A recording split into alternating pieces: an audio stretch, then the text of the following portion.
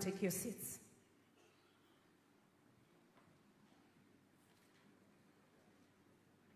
Your Excellency, the President of the Republic of Kenya and Commander-in-Chief of Defense Forces, Dr.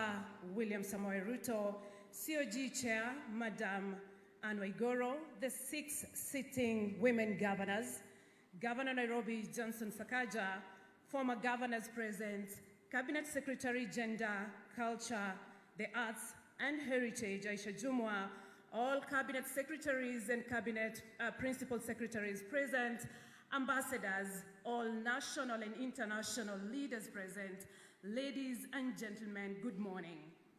With your permission, Your Excellency, I will invite Meru Governor Kawira Mwangaza to start us with the word of prayer, and I'm requesting that we all be upstanding for the word of prayer. Tusimameni tafadhali. Welcome, Madam.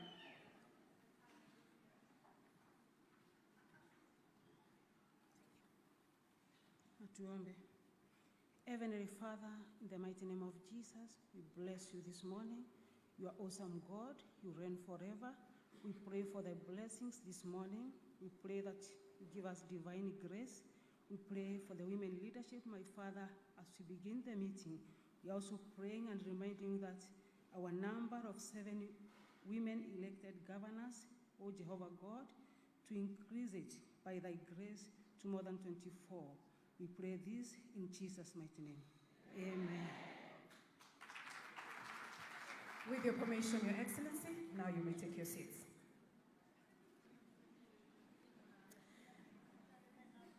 I now invite Commissioner Lichuma, who will take us through the overview of the G7 strategy. Madam Lichuma, karibu.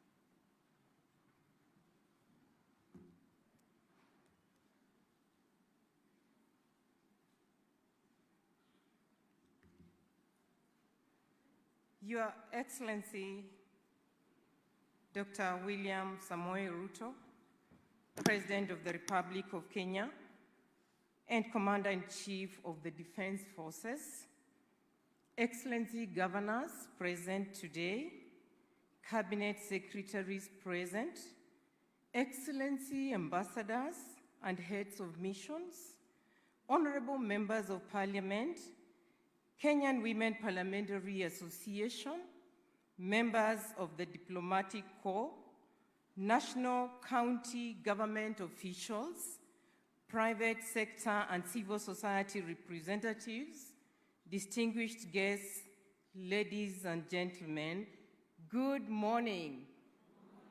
Good morning. Wamama oi.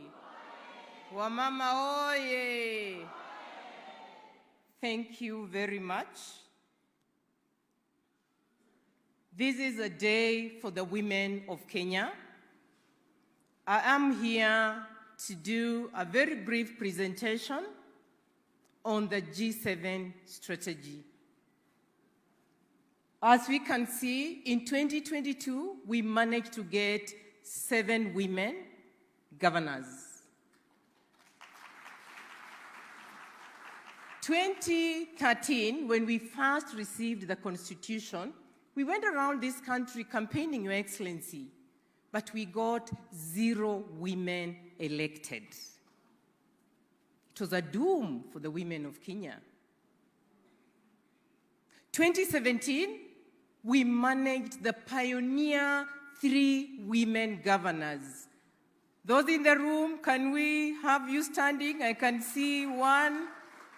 The 3 pioneer governors, thank you. Yes, they're there. In 2017, Your Excellency, we managed 7 governors. Where are the 7? Can we see you?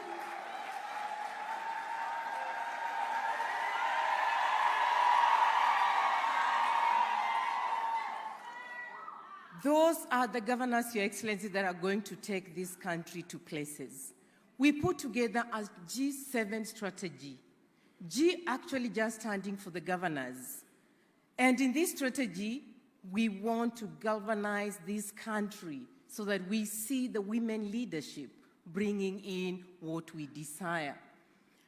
Quickly, I'll take just 5 minutes of the time to take you through the rationale of the G7 strategy. We hope that in this, we can enhance the participation and representation of women. Of course, we only have 7. We are aiming at 16 and more. Is that so? Yes. So we have then a strategy here that walks us that journey towards the next election.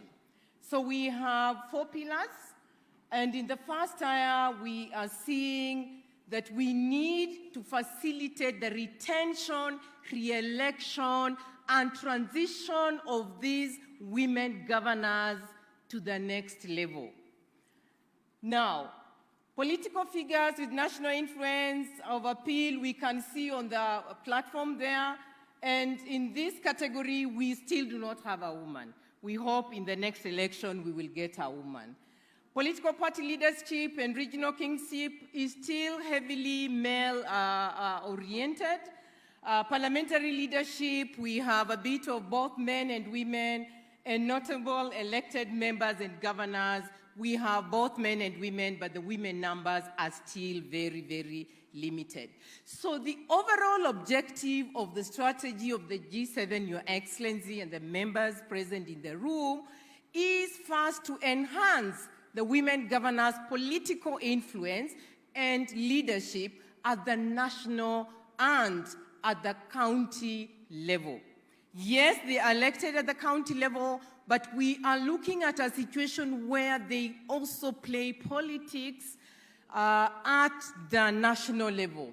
And this is a bipartisan women politician caucus. It's bringing together all the women leadership, their parties notwithstanding.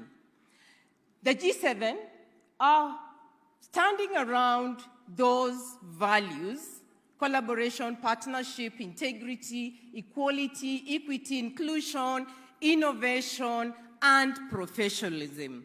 The vision is to have transforming society through visionary leadership to deliver the devolution promise. Of course, we have the devolution promise, and the mission is we're going to model women governors as transformative leaders and champions of inclusive political representation and participation.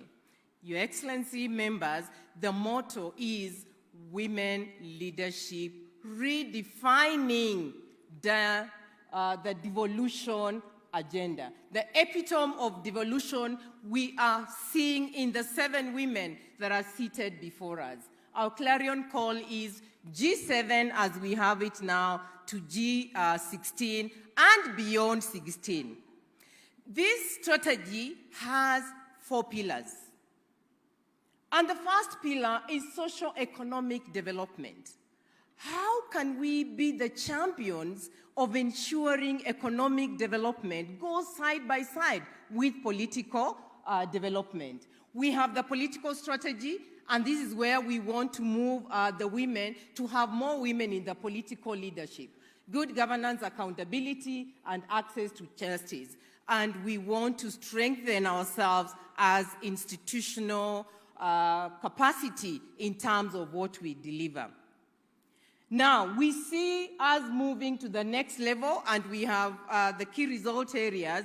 One is strategic leadership in gender mainstreaming, gender-responsive planning and mainstreaming and budgeting, ending gender-based violence, empowerment of vulnerable groups within society, compliance with international and regional reporting, accountability and access to justice, political leadership and representation in decision-making, gender-responsive programming, which then leads us to the role of this team. We have done the launch today as we're going to have it. We want to invest in communication and branding, civic education programs, monitoring and evaluation so that we see results of what we have, joint resource mobilization, and the G structure and organogram that creates unity of purpose in terms of what we want to do. The quick gains we look at is the post-launch dissemination of this strategy, the G7 caucus being established, developing leadership and mentorship programs aspiring to women leadership, dispute resolution mechanisms that are strong, using an advisory council, data and statistics, looking at 2024 as the baseline, and the interagency, intergovernmental relations forums that will support these KEWOS at the Senate, KEWOPA in Parliament, Women CS, PSS, MCS, and all the women of Kenya. What are the expectations from this strategy as we launch, members, Your Excellency? First is to provide women-led counties with development programs that support inclusive programming. 2 is to support the implementation of this program so that it becomes a reality. 3 is technical and financial support, which we'll be calling from yourselves and the partners that are in the room. And 4 is supporting capacity building initiatives, because this is where we want to be. And 5 is monitoring and evaluation. That is the strategy for the G7 that we are about to launch. I thank you. Thank you, Commissioner Lechima, for taking us through the overview of the G7 strategy. Allow me now to welcome Nairobi Governor, Honorable Johnson Sakaja. Karibu.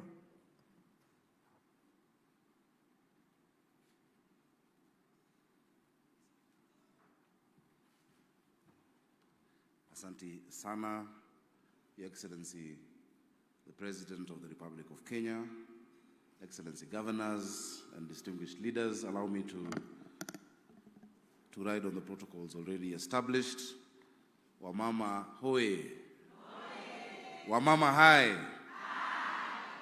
Hi, there's a bit more energy in the room. Today is a great day. Wamama hai. Ama nijaribu na wababa. Kuna wababa kadhaa.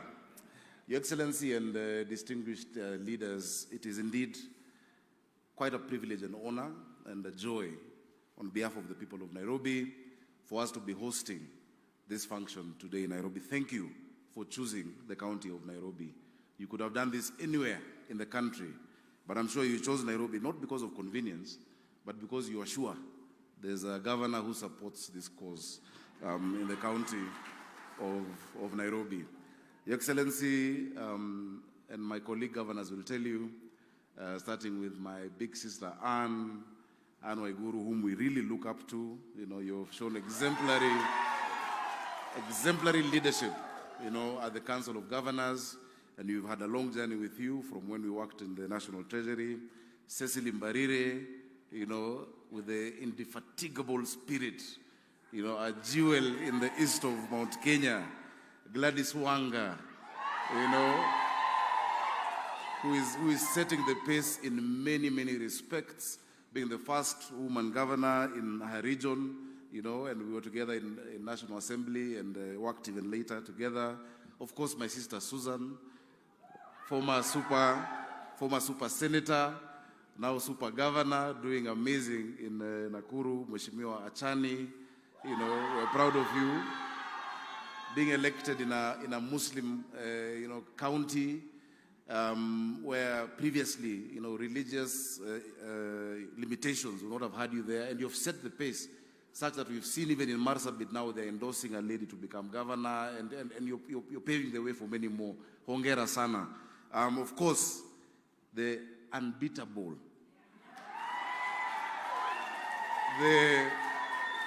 the resilient, the indefatigable Kawira Mwangaza.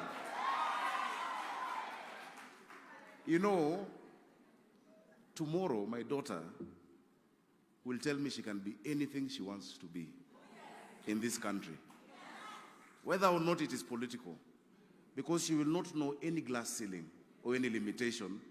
Whether she wants to be president, whether she wants to be a doctor, whether she wants to be a governor, it will not be a strange thing. So we must applaud the women who've been there who've set the pace. Of course, Mama wetu Charity Ngilu. We recognize you. Thank you. Thank you so much for paving the way from being the first woman presidential candidate in 1997. Masania Mama na Masania Ngilu. Many times you may not know what your individual actions reflect to people in society who may never meet you, who may never get a chance to say thank you, but you inspired a generation, and that is why the ladies to your left are where they are today.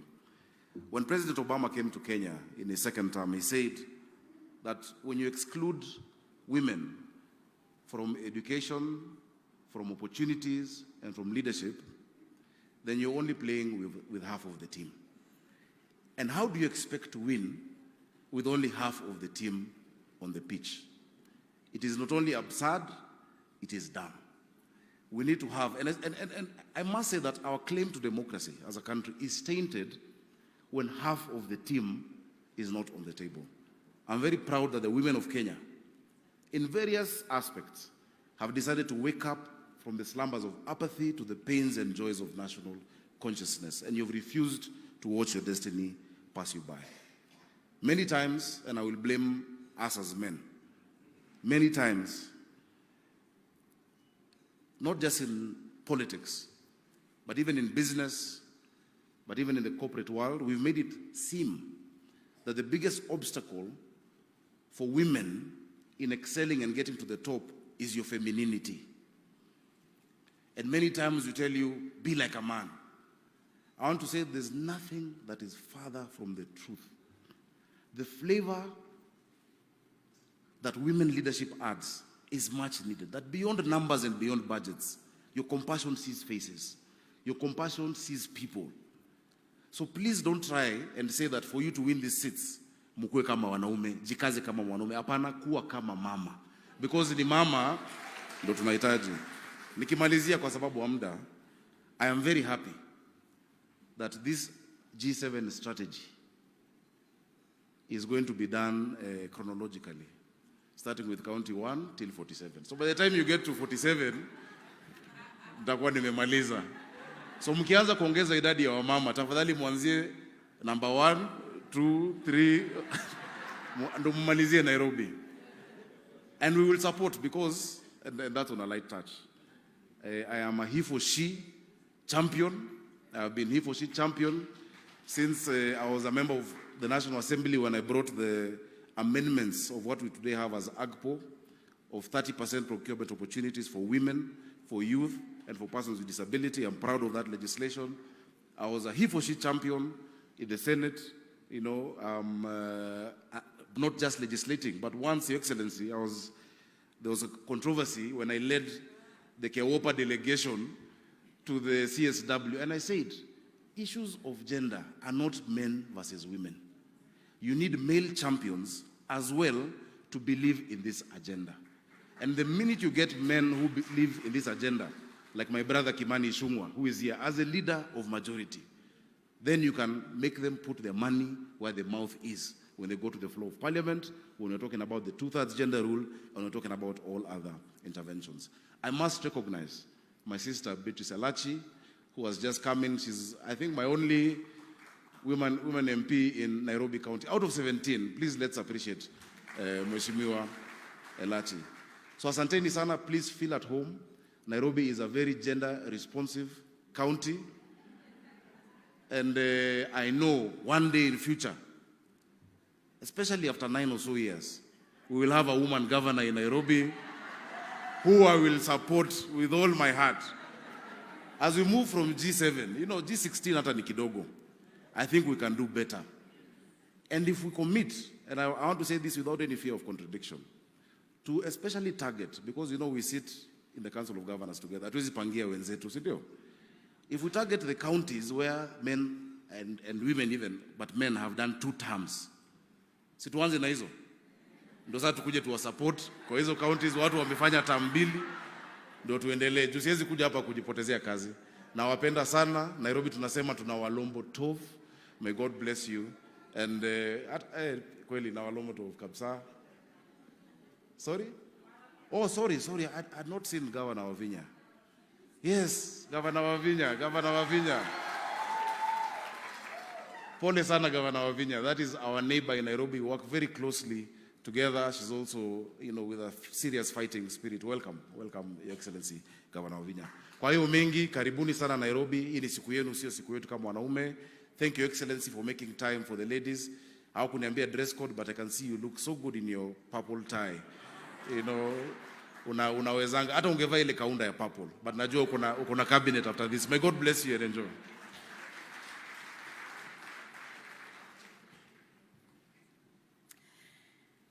Allow me now to welcome Ann Mutavati, Country Representative, UN Women.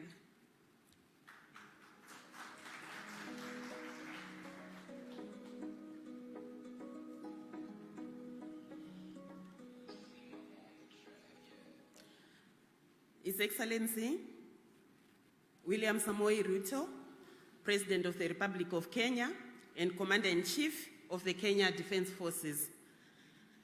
Let me also recognize Honorable Aisha Juma Katana, Cabinet Secretary, Gender, Culture, the Arts and Heritage. I also recognize the women governors, the 7 women governors who bring us here today. Let me also proceed to stand on the protocol already established. Good morning and happy International Women's Day in advance. It is my honor and pleasure to join all of you today on this occasion as we launch the first ever strategy for women governors in Kenya, popularly known as the G7 strategy that we have heard about today. Congratulations again. Your election, Excellencies, in 2022 and the launch of this strategy will go down all the corridors of history on women's political leadership in this country and on the continent and in the whole world. I'm really honored and proud to witness this moment. My sisters, yours is an admirable journey of resilience, of courage, and determination. Each one of you weaving your own story in a unique and very special way, defying insurmountable odds that include cultural, social, and religious barriers, even financial barriers, political barriers, to emerge as winners in one of Kenya's most competitive elections to date. Indeed, your election and accession to office has clearly demonstrated why we need to have more women in leadership. Your track records already and exemplary performance in executing your development agenda, as demonstrated in public opinion surveys, has been nothing but commendable. I urge you all to continue with the same momentum to deliver on the devolution promise for the women, girls, men and boys of this country. Further, I call on you to explore opportunities of peer-to-peer learning and experience sharing on transformative leadership and forge a united front to address challenges that face women political leaders today. Now, allow me to take this moment to congratulate the government of Kenya through your leadership, Your Excellency, for renewed efforts to advance women's political leadership and leading by example, by entrusting women with senior positions both in your government and in the ruling party. For example, we acknowledge that Honorable Cecily Mbarire is the chairperson of the UDA party. Yes. We also acknowledge your support to our excellencies, the governors, the 7 governors, and thank you for supporting their cause by being our chief guest today. Most importantly, Your Excellency, we appreciate your leadership and your commitment to the implementation of the not more than 2/3 gender rule in your term.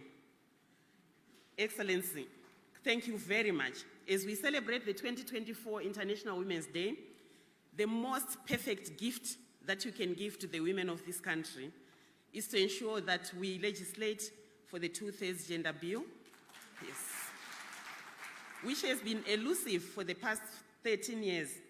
I reassure you that UN Women's support to this quest and will continue to work with your very able Cabinet Secretary here, Honorable Aisha Juma, in this in this and many other interventions to advance gender equality and empowerment of women in this country. As I end, I would like to wish all of us a happy International Women's Day and hope that we support the women governors as they deliver on the commitment and promise that they are making today. Asanteni sana.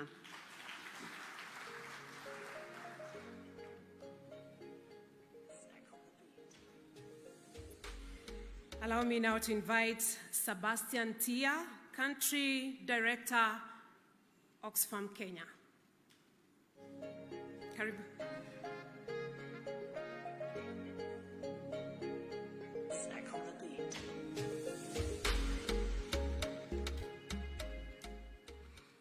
Your Excellency, Dr. William Samoei Ruto, the President of the Republic of Kenya, Commander-in-Chief of the Defense Forces, Your Excellence, the Governors, Your Excellence, representatives of the diplomatic missions, Cabinet Secretaries, representatives from the county governments, civil society organizations, and private sector, distinguished guests, ladies and gentlemen, good morning. Please accept apologies from the Interim Country Director for Oxfam in Kenya, Sebastian Tia, who would have loved to be with us here today, but he sends his best wishes to the governors for the launch of this strategy. 12 months ago when we started this journey, in a room with the governors, representatives from the Council of Governors, Oxfam in Kenya and Oxfam US, we had a vision, but we didn't know this vision would be this big. We have received unwavering support and goodwill from the different stakeholders that we have engaged, including the grassroots women that are here today. And this day would not have been possible without all of you, and we appreciate this support. Oxfam is a global movement of people fighting inequality to end poverty and injustice. In Oxfam, we put women at the heart of everything that we do, in recognition of the existing patriarchal structures, institutions, practices, customs, norms, values, and attitudes and beliefs that are barriers to the achievement of women's rights and the rights of all the people.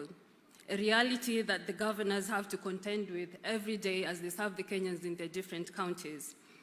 We believe that a just society is not possible unless women and girls have agency over their lives, and that the society needs to challenge harmful social norms and belief systems to ensure that we fully realize their rights. And so, in our quest to achieve gender justice, we work to ensure that women in leadership positions across different sectors have equal recognition and are shaping public policy, including decision-making. We believe that women and girls face discrimination and injustice. It is both a cause and a result of inequality that drives poverty. Therefore, we focus on transformative leadership that advances women's participation, leadership, and rights. It is for this reason that Oxfam, through our work on transformative leadership for women's rights, we were honored to partner with the Council of Governors and the Women Governors and to embark on this journey of developing the Women's Governors Caucus strategy, the G7 strategy. The strategy is our act of standing in solidarity with the women governors in their leadership, to facilitate access to strategic and structured support and resources from different development partners who are here today and those that are joining us virtually, and different stakeholders to enable them to effectively execute their mandates as governors, and also challenge the existing retrogressive narratives that exist on women leadership. We acknowledge that the achievement of women's full rights is a complex and socioeconomic and political process. It demands diverse, positive, and sustained changes in policy, practices, resource allocation, attitudes, beliefs, and power relationships. Together, these changes have the potential to lead to transformed societies where women and other marginalized groups can fully achieve their rights. It is for this reason that we also take this opportunity to send a plea to all the stakeholders gathered here today and those that are joining the event virtually to extend their support to the governors, because this strategy needs all of us to come to fruition. This strategy is definitely a game changer to the political landscape of this country, and you all don't want to be left out of this historical moment. The launch is just the beginning. The difficult path lies ahead where the strategy needs to be implemented and significant resources are needed. As Oxfam, both in country and globally, we continue to pledge our unwavering support to the women governors and the Council of Governors in the implementation of this strategy. We believe this strategy is the vessel to achieving gender parity in political leadership in Kenya. Thank you very much.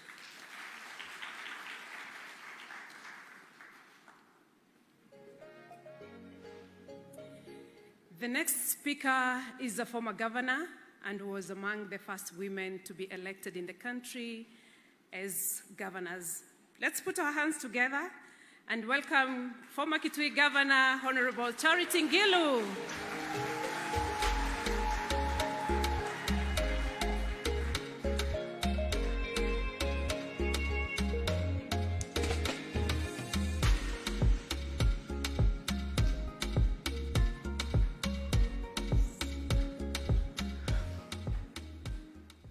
Thank you so much, Your Excellency, Dr. William Samoei Ruto, President of the Republic of Kenya and Commander-in-Chief of the Armed Forces, Your Excellencies, Madam Governor Anne WAIGURU, my colleague before I left, and now the Chair of Council of Governors, Madam Cicely Berire, Governor of Embu, and indeed, the leader of the ruling party, UDA. And this is what we always advocate for. Your Excellencies, Homa Bay Governor, and a person I met when you were extremely young and still in college, Your Excellency, Madam Susan Kihika, Your Excellencies, Madam Chale Wale, Your Excellencies Vavinya Ndeti Machakos, Your Excellencies Kawira Mangaza Meru, distinguished guests, ladies and gentlemen, good morning. Today is a great day for us as the women of Kenya. And really, I want to first thank Your Excellency for gracing this occasion. Being here shows how much you support the women of Kenya and how far you want them to go. For us women, when we are supported this way, we really got to take this with both hands and to make sure that this G7 that has started today and strategy being launched today can go a long way in increasing the number of women in leadership in this country. When you work with the women, as Governor Sakaja has said, if you work with half in the field, half the team, you cannot achieve as much as you should achieve. So women need to be involved in every sphere of development. And I want to ask Your Excellency Anne WAIGURU, we are talking about increasing the numbers to 16, but may I ask that we should increase the numbers to 25, if not 47, having women governors in the 47 counties will really help the president to go forward. And indeed, let's start looking at the government itself, making sure that whoever president will be there will get 50% of his cabinet or her cabinet to be women. We must not be apologetic to what we want. And I want to assure you, Your Excellency, by the way, if you have more women in leadership, they'll help you carry a lot of the work that you are doing. They will help you, and very well indeed. You'll be freer than you are today. Women, I think there is something I want to say here about politics. Something is worrying me very much. We women have seen here that we are going to make sure that we will work across political divide. All parties, we as women must come together and ensure that whatever party you are in will support you where you are. What for me has shocked me in the last few days is a new handshake, Your Excellency. And I thank you for supporting Baba to become the AU chair. But you cannot take him alone. He has many other people with him. He had many, many people with him. And I still need to understand, and I'll study this a little bit, to understand how this works amongst male leadership. Women don't do that. Since I haven't known how it works, I'll continue to learn how it works. For us right now today, we must make sure we increase the number of women. We go to the grassroots. Let's not leave it at the governor's level. We'll go to the grassroots level. We'll increase the number of women who are there. We'll identify them. We'll make sure that they are trained, they have got skills. We'll build confidence in them and ensure that we know the wards they are going to run. Increase the number of MCAs. Increase the number of women members of parliament. Increase the number of women governors. Increase the number of all women in their places. And of course, the final seat is the presidential seat. Don't run away from it. Women want it like yesterday. So, Your Excellency, the best you can now do, and I want to ask this for the women in office and out of the office, please help these women to mobilize resources to get to the villages and to ensure that women can be empowered enough. I want to say that I didn't know I was going to be asked to speak, but I'm happy you have given me an opportunity to say something. Governor Sakaja, Nairobi ni yako, lakini sioni wanawake vizuri hapa Nairobi. Tafadhali weka wanawake tuwaone.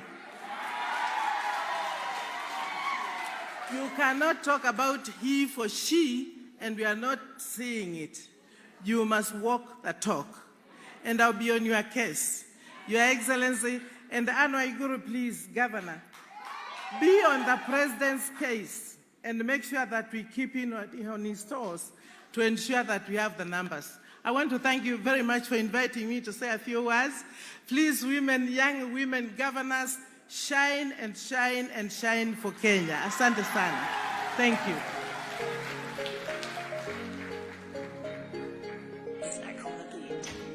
Thank you, Madam Gilu. Allow me now to welcome Majority Leader, National Assembly, Honorable Kimani Ichung'wah. Let's put our hands together and welcome him to come and make his remarks. Karibu.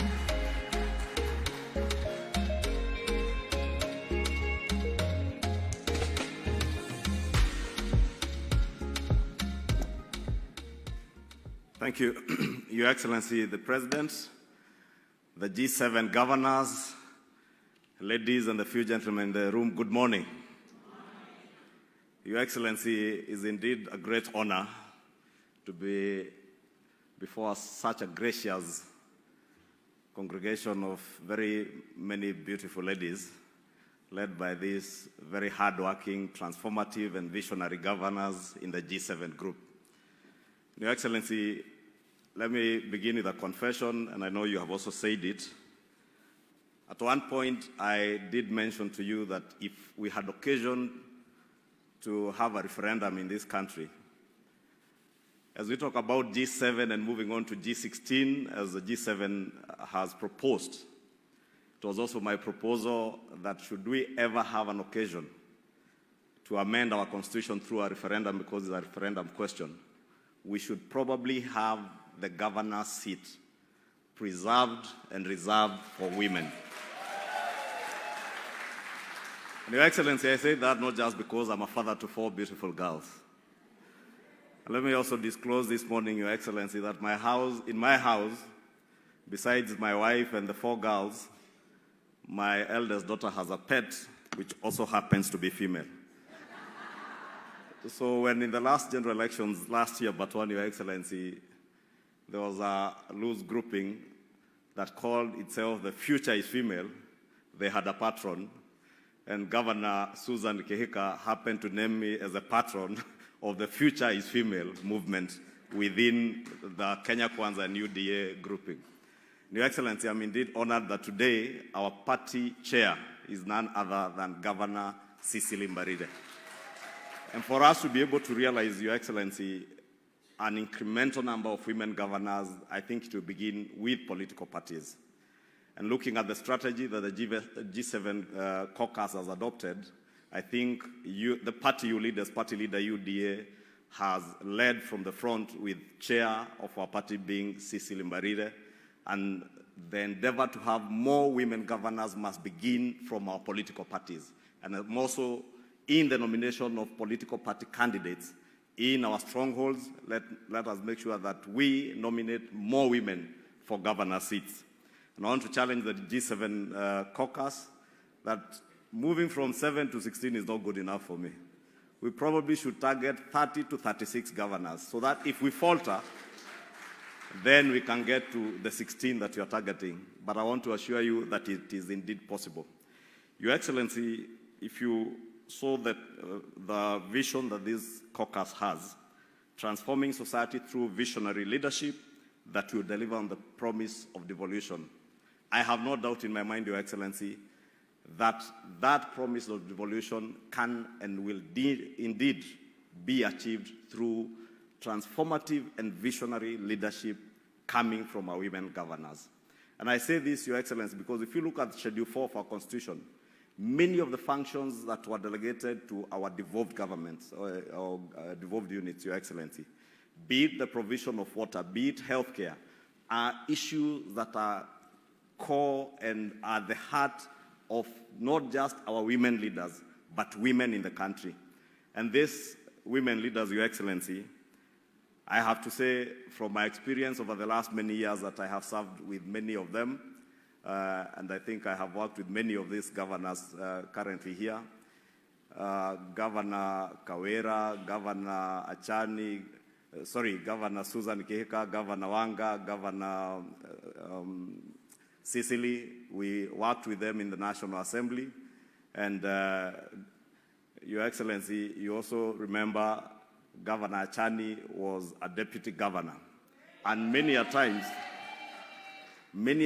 in general elections when governors are choosing their running mates, it was assumed that women would be nominated as deputy governors as flower girls. Governor Achani actually has exemplified that women are not just flower girls to the male governors, that they can indeed succeed their governors as deputy governors, and she has exemplified that very well. When last elections we said, hatu achani na achani. And I was in Kwale, Your Excellency, I campaigned for all these women governors, and my other confession, Your Excellency, you know you are all in Kenya Kwanza, but this women agenda transcends even political parties. Governor Gladys Wanga, I must confess, I did assist Governor Gladys Wanga in the last elections, and I truly campaigned for her, even being in ODM, Your Excellency. And I know this women agenda will transcend our political party affiliations. Let us support our women candidates without looking at our political party affiliations. And I am certain, Your Excellency, it is possible to transform this country using visionary women leaders. Your Excellency, these women, I must tell you, from my experience again, I have come to discover that women leaders are less corrupt. And it is a fact. They are more caring, they are more empathetic, and definitely more loving than us, as men, with the exception of yourself, Your Excellency, because you have been the champion #1 of the women cause. And I remember in the last general election how well you supported all our women candidates, including these governors who are here, and including the Honorable Aisha Jumwa, who now sits in a very special place, advancing the women cause as the Minister in charge of gender affairs.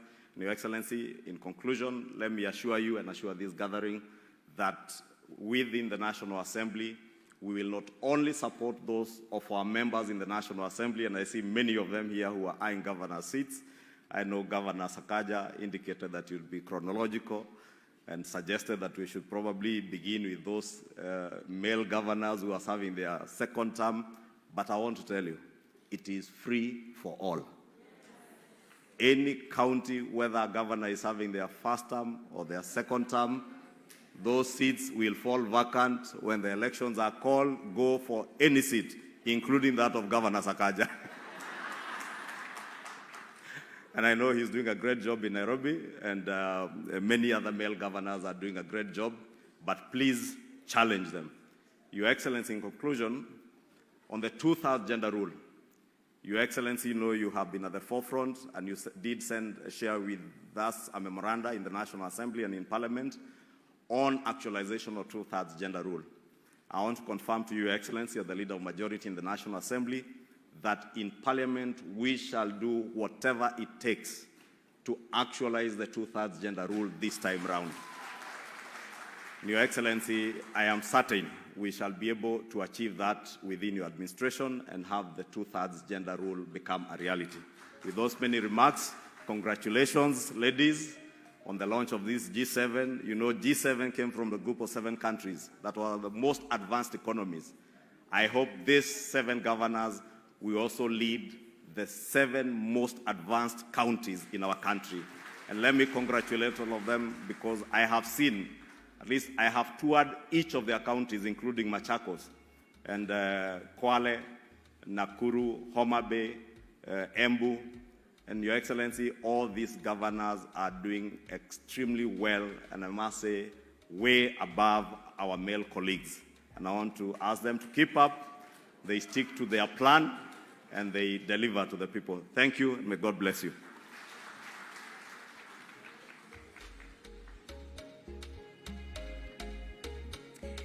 It's now my pleasure to invite National Assembly Deputy Speaker Gladys Boschele to say a word.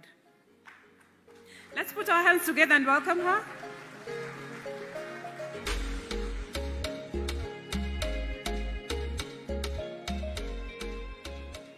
Your Excellency, the President of the Republic of Kenya, Dr. William Ruto, Your Excellencies, the governors here present, especially the women governors, led by the chairperson of the Council of Governors. It gives me great pride to be here today when you launch this amazing program and strategy. I know I've walked the journey with you and attended a lot of the meetings, and it's very timely because this is Women's Month this year. And in fact, actually, tomorrow I shall be speaking at Oxford University to celebrate Women's Day, and one of my slides is actually this slide, that I will be explaining about the great work that the women governors have done. You have seen that everyone is speaking about the great work that the women governors have done. And I'm glad that, Your Excellency, you have endorsed the fact that we should reserve the seat of governors for women. I think this country will go great places. Thank you very much, and God bless you. Asante.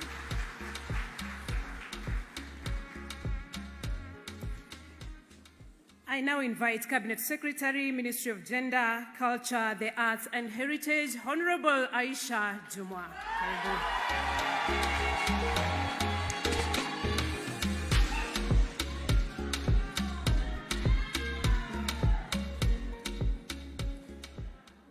Your Excellency, the President of the Republic of Kenya, Dr. William Samoei Ruto, Your Excellency, the Chairperson of the Council of Governors and the Governor of Kirinyaga County, Honorable Anne Waiguru, Excellencies, the Governors, Honorable Susan Kihika, Honorable Gladys Wanga, Honorable Cecil Mbarire, Honorable Fatuma Achani, Honorable Kawera Mwangaza, Honorable Wavinya Ndeti. Fellow Cabinet Secretaries present, PSS present, members of the Diplomatic Corps present, UN Women Representative in Kenya, Ms. Anne Mutavati, members of the National Assembly and Senate present, distinguished guests, ladies and gentlemen, good morning. What a morning. I am truly delighted to be part of this historical launch of the G7 Women's Caucus Strategy on the eve of the 2024 International Women's Day, whose theme, Invest in Women, Accelerate Progress, is so relevant for today's launch. I want, in a special way, to congratulate you, my sisters, for this noble initiative. You are true trailblazers. Your resilience, passion, focus, and tireless efforts has been inspiring to watch. Your Excellency, Mr. President, sir, I applaud your efforts and commitment towards the inclusion of women in leadership, representation, and decision-making spaces in Kenya. Through your leadership, today, Kenya has the highest number of women governors since the promulgation of the 2010 Constitution. And out of the 7 governors, 4 are from the political party where you serve as the leader. And you are now supporting all without boundaries. This would not have been possible without your unwavering support, Your Excellency. Beyond supporting the women governors to be elected, just last week in Homa Bay County, at the investment conference, you affirmed women governors' leadership as being transformative. And as your Cabinet Secretary for Gender Affairs, I can confirm your commitment to advancing women leadership in Kenya, which inspires hope that under your leadership, Kenya will actually surpass the G7 caucus aspirations of moving from 7 to 16 women governor in the next election cycle. Further, you have led from the front on the implementation of the not more than 2/3 gender principle. First, through your memo to Parliament, and the second, by ensuring the implementation of the not more than 2/3 gender principle was an integral part of the National Dialogue Committee process.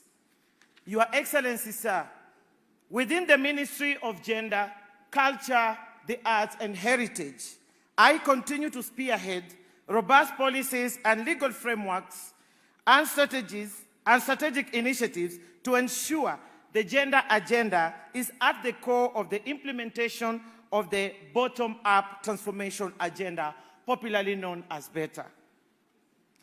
Through a multi-agency approach, we are making good progress towards the implementation of Women's Charter, which you committed to. And tomorrow, during the International Women's Day event in Embu, we will share this progress. As we launch the G7 caucus today, I wish to confirm to you, my sisters, that the aspirations and the objectives of the caucus align with those of the Ministry of Gender, and I stand ready to support you. I am hopeful that working together as a team at the national and the county levels, the promise of gender equality is now within the reach.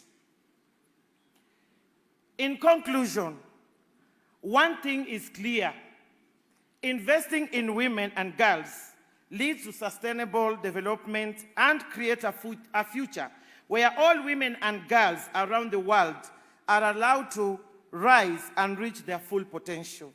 I am a living testimony of what it means to invest in women and girls. From the sun-swept fishing village of Takaungu to the world. My clarion call is, let us work together for more inclusive, brighter, peaceful, and prosperous future for us all. Once again, congratulations, my sisters, on the launch of this caucus, and count me in. Asanteni sana, Mungu awabariki.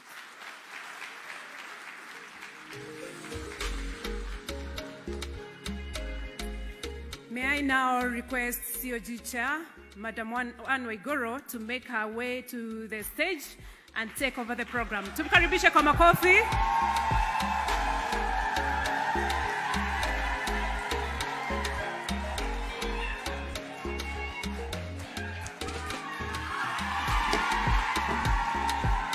Wamama hai. Wamama mpo. Your Excellency, the President of the Republic of Kenya,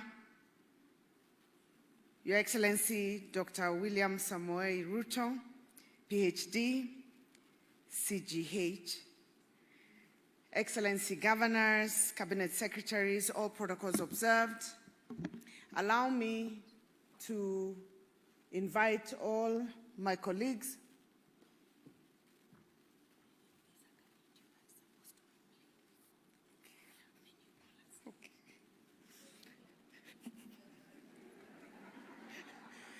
Semeni woman power.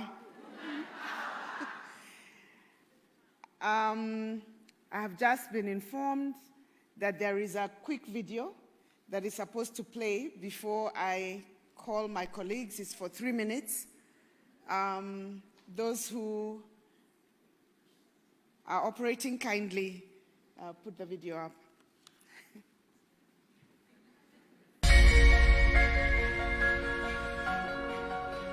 The Council of Governors, COG, plays a pivotal role in coordinating, convening and advocating for county governments on issues of common interest, including matters of gender equality and women empowerment in intragovernmental and intergovernmental structures such as the Summit, the Intergovernmental Budget and Economic Council, IBEC, and the Devolution Conference. Following the implementation of the current Constitution of Kenya, the inaugural election held in March 2013 brought forth county governments comprising the first cohort of 47 governors who formed the Council of County Governors, COG. Regrettably, no woman governor was elected. However, there were 9 women deputy governors. Subsequently, during the second round of elections held in 2017, 3 women governors were elected. And in the 2022 general election, this number rose to 7 women governors and 8 female deputy governors. It's really, really important to have more women at the table because I feel or I believe that there are some aspects or perspectives that women bring that may not necessarily be brought to the table if there are no women at the table. This marked a significant milestone for the Council of Governors with the election of its first female chair, Her Excellency Anne WAIGURU, who is now serving a second term.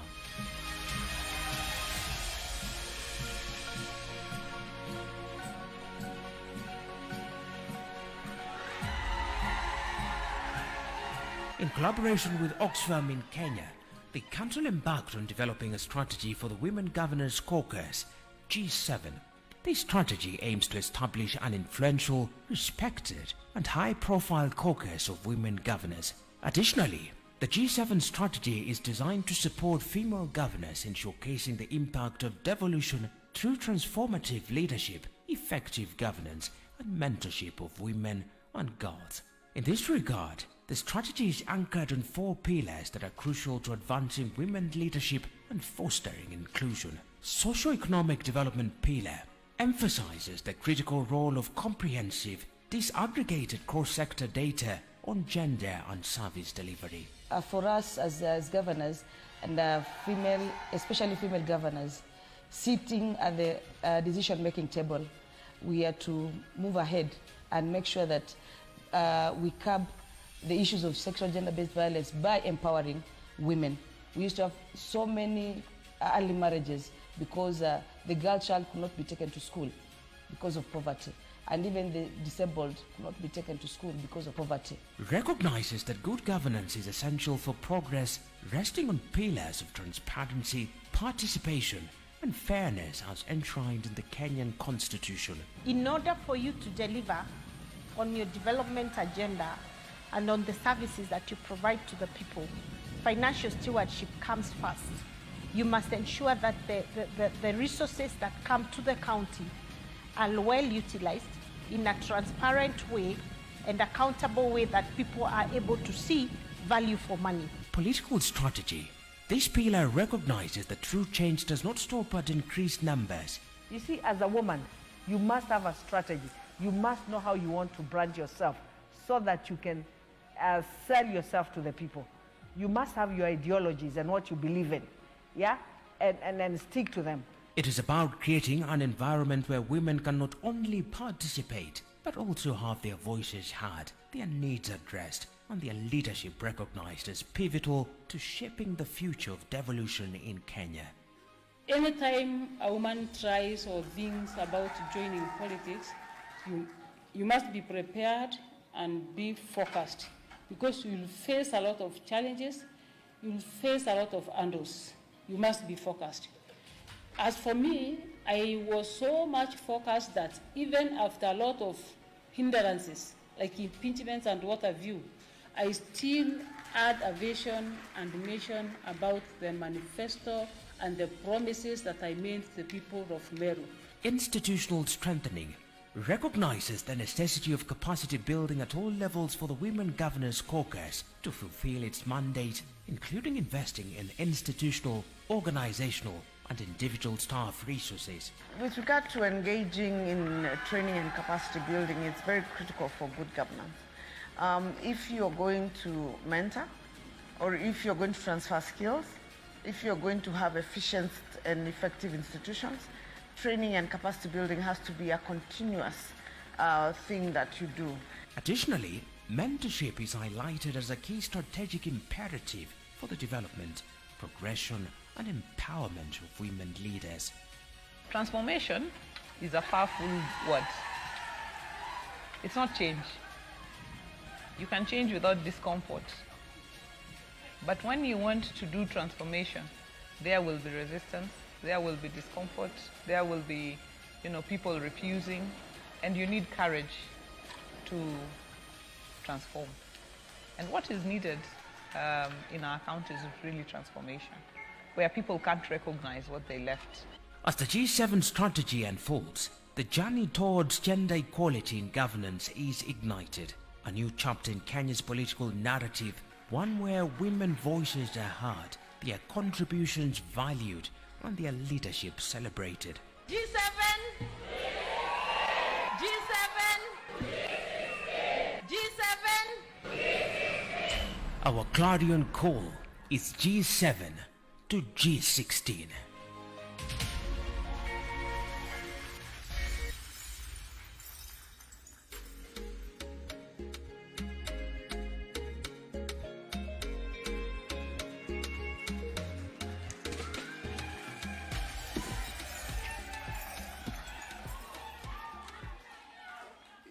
Your Excellency, we have just looked at that video, and we know that the people preparing it are planning to take it to CSW.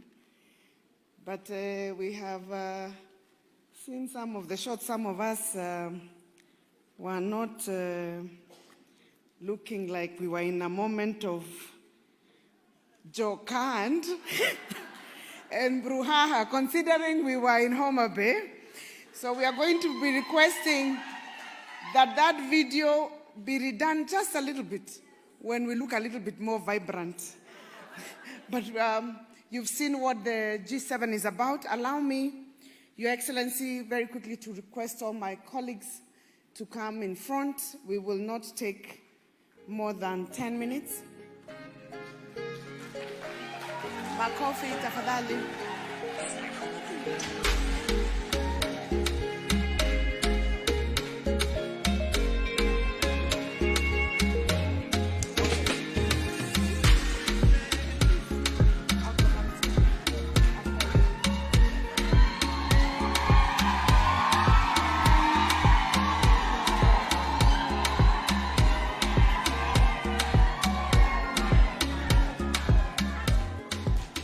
Your Excellency, I will request my colleagues to each speak for a minute. We've all agreed that we'll be very brief, so I will not be introducing them. I'll just move to the end and come back to make my welcoming remarks. Thank you. Thank you very much, Your Excellency, the President, and my colleague governors, and really standing on all existing protocol. I see members of KEWOPA here, and tunashukuru sana. Your Excellency, today is really not for us to speak much because a lot has already been said, but I take this opportunity to really thank you for your support for the G7 team. But not just for the G7 team. First, I thank you because you support the G7 indiscriminately. It is not lost on us that we are different. We are from different political parties, but you have not discriminated us on the basis of our political persuasions. And that, I must rise here and thank you. And also thank you for coming to Homa Bay last week, despite having a very, very difficult program. That really showed your support. But I'd like to finally really thank you, not just for supporting the women and women leaders, because it's about the women at the grassroots. And the way you have moved to support the women at the grassroots, wale wadogo sana. And to speak from Homa Bay's perspective, you're doing markets, 6 CSP markets, a fish market for women who have been selling fish on the ground and are now going to sell in a place that looks like a city. Your Excellency, you've seen what the lakefront in Homa Bay now looks like. Hizo picha ni za Homa Bay, by the way. Hizo mnaona hapo zikikaa mzuri. It's because of our partnership and for your support for devolution. So tushikane, tusonge mbele pamoja, and we want to also let our people know that as women governors, we are making a commitment. And that is why institutional strengthening, transparency and accountability and governance are also very key pillars of our strategy. We don't want to be the ones to let the country down by people pointing at us and saying, look, see how women are corrupt or are doing this. We are doing our best to ensure that we are standing on strong governance structures so that we can be the shining example. Mheshimiwa Ishungu, asante sana for your support and for coming out clearly. Na boss pia amefuatilia hiyo njia.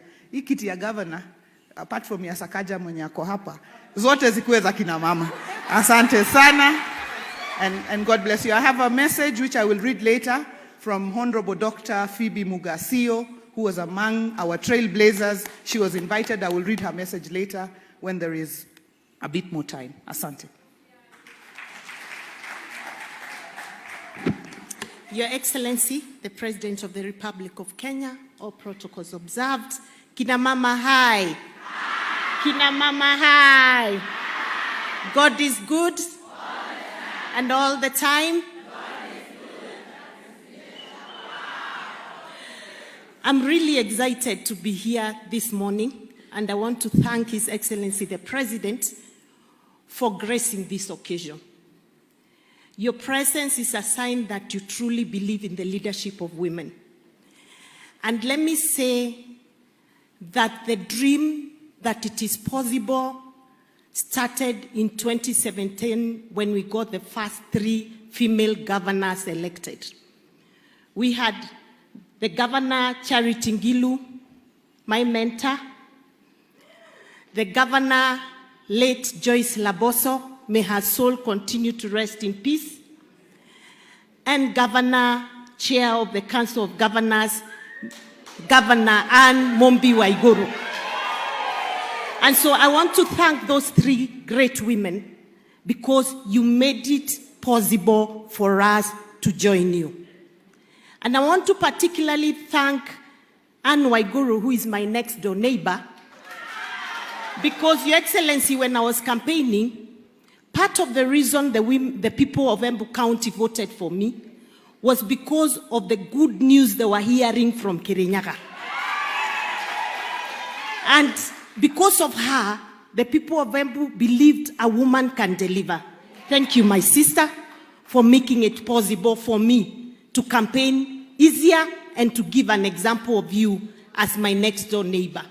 That's the impact of female leadership on other women. When you do well, you affect the next woman and the next woman and the next woman. Your Excellency, I'm proud to say that of the 7 female governors, 4 were elected under the UDA party. The party, the ruling party, and the party where I am chair. And the reason I'm saying that is because it takes the conscious effort of a party, of the leadership of the party, to get women elected. Your Excellency, let me take this opportunity to thank you. On behalf of all the women from UDA standing here before you, to say thank you, because you went out of your way to give us the support we needed to be able to win. And let me tell these ladies that the biggest mentor we had in our team was His Excellency the President. And I'll give you a very short story of less than a minute. When we were going to the nominations, we were very scared as a women, running in single-member constituencies and running as senators or running as governors. One, we wanted to be assured that the nominations would be free and fair.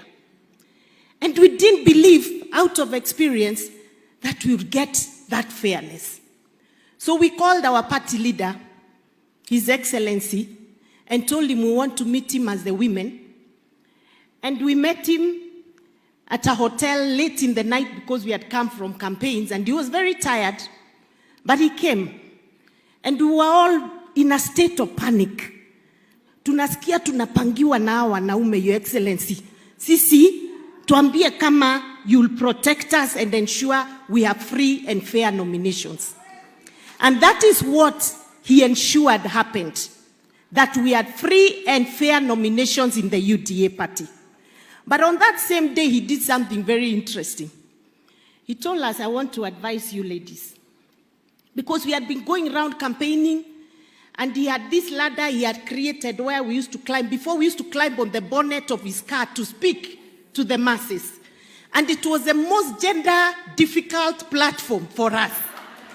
And so when he saw we were struggling, because sometimes we had to be pushed up by the men, he created a ladder where we went up the staircase and stood up there. And he did it for the women. But on that day he said, you know, I have now created that ladder mahali munaeza enda juu pole pole, lakini wear long dresses and wear rubbers. Toeni hizo long heels zenu muachane nazo, tuko ground sasa, tutafute nini? Kura. And then I remember even went further and said, na uko ndani ya hiyo nguo, vaa baika ama long. And you know, I don't know whether he knows what that meant for us.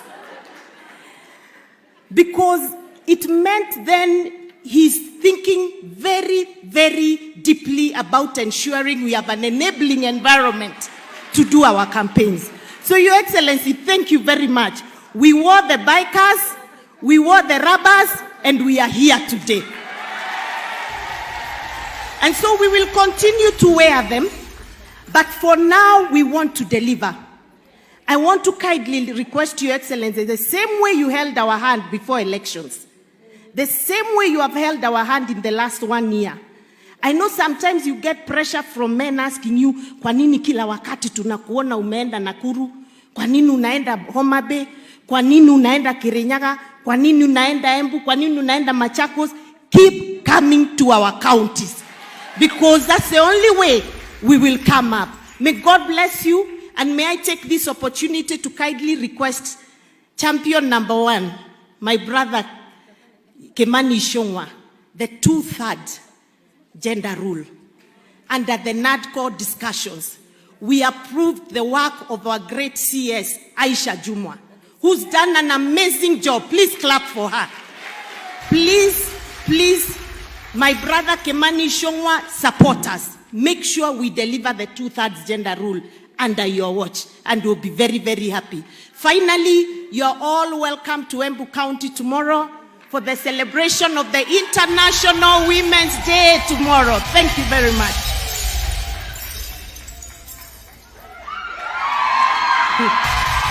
God is good. God is good. And all the time. Wamama high. That's a bit low. Wamama high.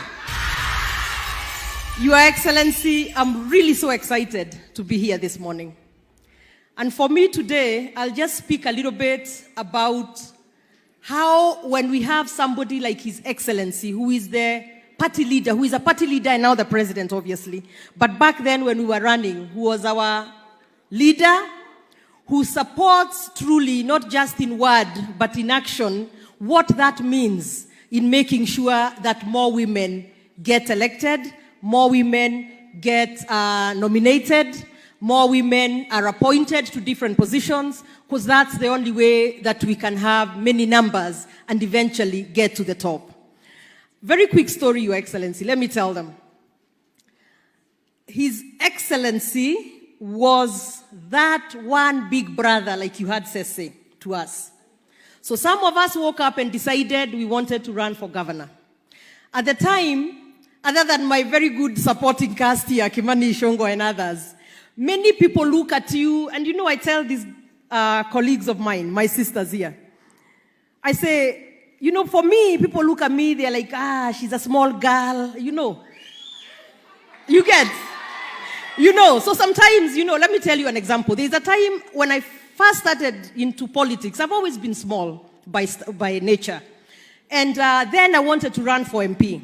And my dear mother gave me her driver to take me because I was new in the country and I didn't quite know the boundaries. So I walk with this driver, he's big and me, I'm small, and we walk into a room and everybody say, Mheshimiwa, Mheshimiwa, to my driver now. So it's always been that kind of thing. But this is what I wanted to say when I say that. His Excellency the President made sure that he wanted to really help us until we got to the finishing line. So every month or so, we would do polling, Your Excellency. Let me just reveal that a bit, so they know what it takes. We would do polling in our areas, and you would have your numbers projected, how you are doing, and we are in a room full of people. Where people sometimes everybody looks down, they don't want to look at your face, because now you're trailing this week. And one day, His Excellency told me, Susan, I don't want to see you in Nairobi again. Go to the ground and live there. And he told me, you buy rubbers, and if you don't know where to buy rubbers, I will buy for you. So even today, when I woke up and wore my heel, Your Excellency, I just wanted to tell you that by you making me buy rubbers and stay in that county, I was able to finally deliver. But saying all that to say, you really are so supportive that I wish and I pray that everybody around us, all of us women here who want to run, can get that kind of support. And I want to say that we, even as we begin this G7 and now to G24, and I'll reverse myself there on the G16, I pray that for you sisters, whose hands you want held, that we shall be up to this task as we work hard at retaining our seats, because we also can't increase by reducing our numbers, other than our governor here who will go a bit further up because she's a second termer. I just want to tell you, my sisters like Mokami who are here, Haika, your governor is a second term governor. Haika, wale wote wanataka kusimama. Ni wengine wangapi before I get beat up? There are many. They are there, over there, my sister there, deputy governor now. So there are so many. So we want to tell you that here you have a sisterhood. People who have been through what you will go through, because it's not easy. It is, by the way, when we say the president has really been there for us, Your Excellency, allow me just to embarrass myself a bit here today. Many times we would go, personally, you see me as a strong woman, but I cry a lot. I think, Anne, you also do too. There's a few of us who cry often. So every time we have issues, we go to the boy, he doesn't know how to deal with us when we are crying. So he just helps us. And what I'm trying to say is, do not be embarrassed to be a woman, because that is who you are. Don't tell yourself that you have to be this hard man. Like my brother Sakaja said, be yourself, be authentic, and once you get the position, do not forget that the reason God put us here, because I believe, it is so that we can take care of those women in Mashinani, especially. So that we can make sure, so we can take care of those girls who don't go to school, or those who get impregnated when in school, and those who are not able to access health care, and those women who need water. And thank you, Your Excellency, for the markets that you have brought. For me, I'm so excited because we campaigned saying that our women will be able to do their jobs in an environment that has dignity. Now we can have markets that have water, that have lighting, that have toilets, that have lockers, and that is because of you, Your Excellency. So for us women, as I finish, we are very clear, we must deliver so that we can make sure we don't knock the ladder down, but instead lift others to come join us at the G24. So now as I finish, because I did start a very small tagline there, let me redo it. So when I say G7, it's G24. Sawa. G7 to G24, sorry. So G7 to? Higher, 1, 2, 3. G7 to G24. Thank you all so much. Thank you, Your Excellency. Thank you, everybody. And thank you for the support. We appreciate it.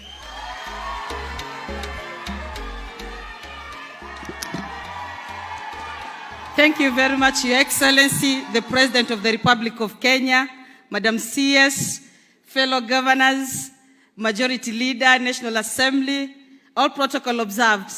Good morning. It's my pleasure to be here today, and I must say I appreciate His Excellency, the President. He came to Kwale several times to campaign for me.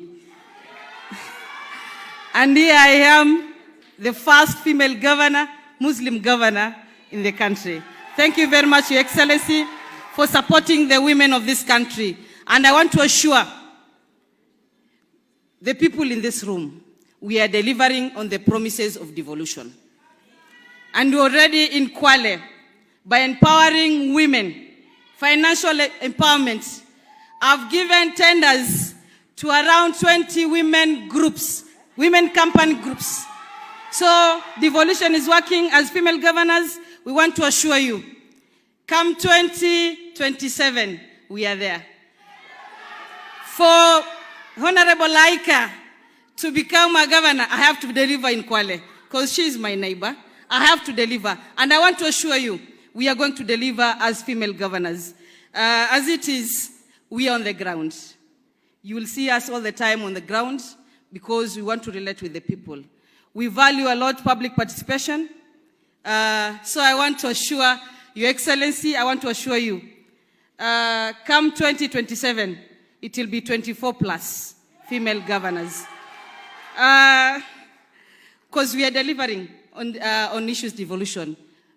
When you talk of health, we've done dispensaries and health facilities. We've taken services closer to the people. We are issuing bursaries to everybody. We are making sure even those who got pregnant early young mothers, we are taking them back to school. So we want to assure you, come 2027, Your Excellency, continue supporting women and we will not disappoint you. Thank you very much. May God bless us all.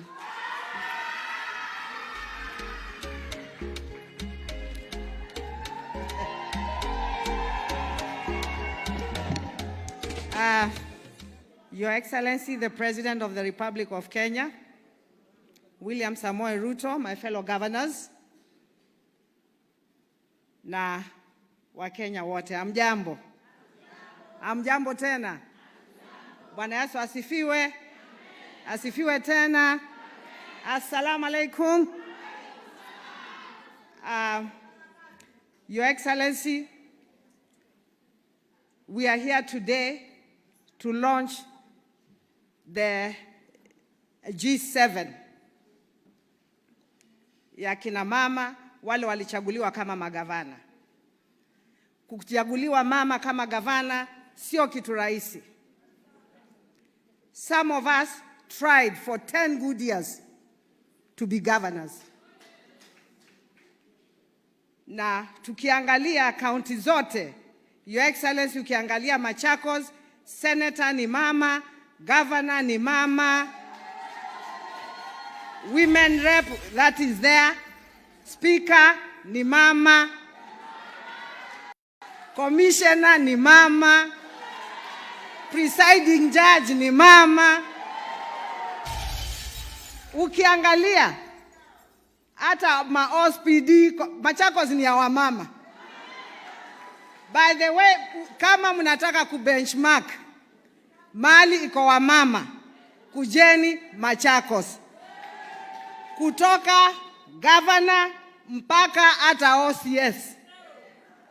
Machakos kuko na wamama na wamama wanafanya kazi. Na ndio mnasikia Machakos kuna amani sana. Vile ningependa kusema kama parties, vyama waangalie, na mimi nashukuru sana kama chama yetu ya Wiper imejaribu, UDA imejaribu, ODM imejaribu. Wananiambia niseme UDA imefanya.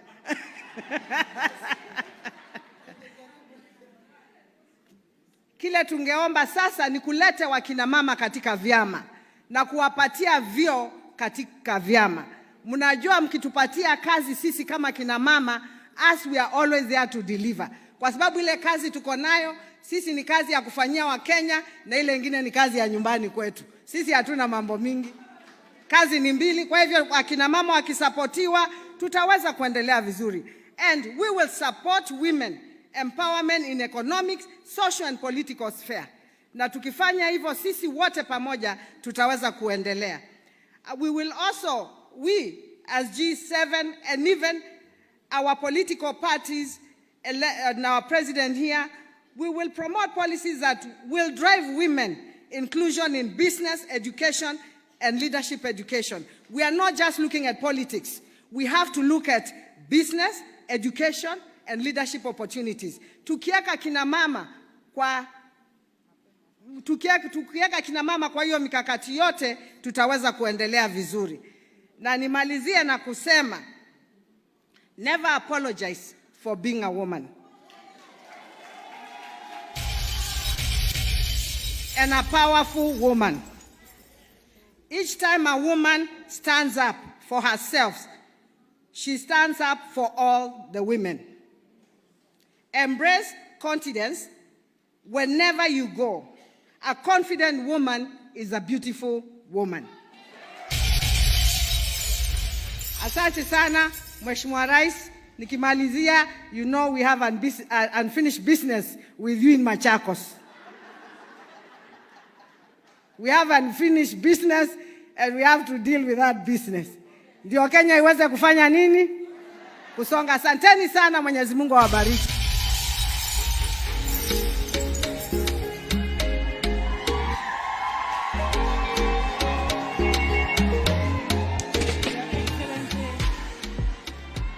Daktari, rais wetu tunayependa sana, Excellency Governor Sakaja ambaye ametuhost siku ya leo, viongozi wote, hamjambo.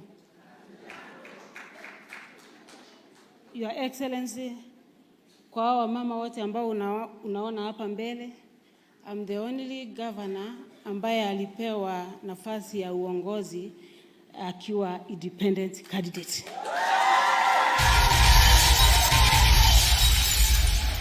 And coming from Meru, it wasn't easy. It wasn't easy. Napenda kukushukuru sana rais wetu. When you came to Meru to campaign for your UDA candidate, because you have a soft spot kwa wamama, au kunigonga.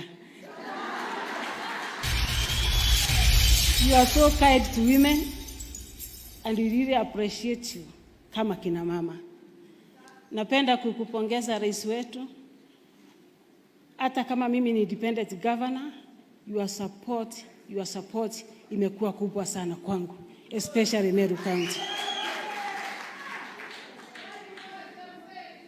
Governor ni mama, as they say, uko Meru, tumeona mambo mengi. And that's why I want to encourage every lady here, ama mama ambaye anataka kutafuta uongozi, the journey is not so easy. It's not so easy. Lazima uwe prepared psychologically, lazima prepare your family, because the journey is a bit tough. For me as a governor in Meru, rais nakushukuru kwa sababu ya maombi yako ambayo umeniombea. You know I've been impeached thrice, mara 3. Mara ya kwanza koti kakataa na mimi. Mara ya pili Senate ikanirudisha nyumbani. Mara ya 3 Senate ikanirudisha nyumbani. Na kwa hiyo safari yote rais umekuwa ukiniombea.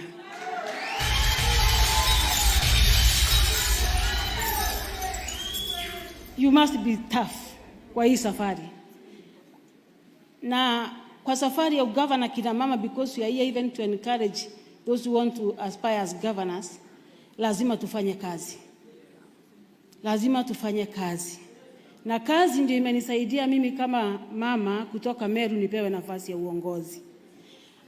Nataka kuambia kina mama siku ya leo, because we started a journey from G7 to over G24, that we must work hard and at the same time tuangaze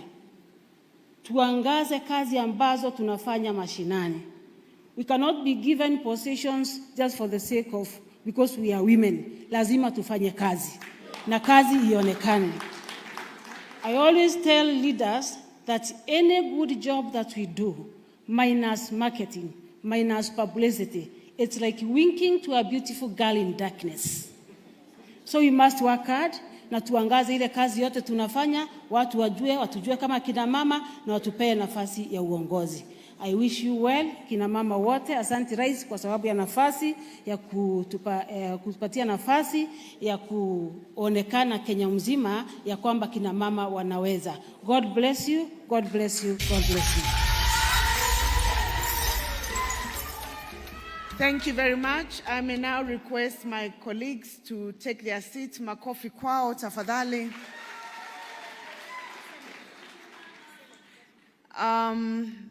I would like to give this opportunity to the Vice Chair of KEWOPA not to give a speech, but to recognize the members of Parliament who are here, who will just stand up and you can recognize. Kindly do the same for both the members of Parliament and the members of Senate. Honorable Beatrice Elachi. Thank you, Your Excellency.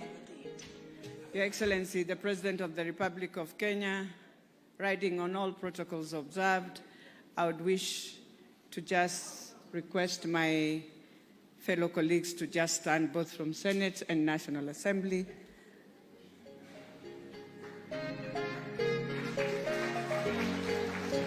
So I'll start from behind there. I can see our sister nominated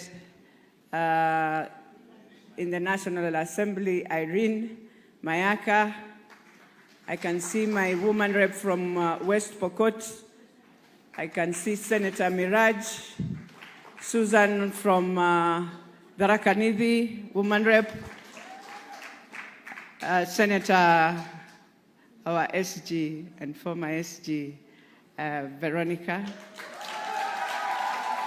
Nominated Senator Gloria, my woman rep from Nyeri, who stands in for my mother, Mukami,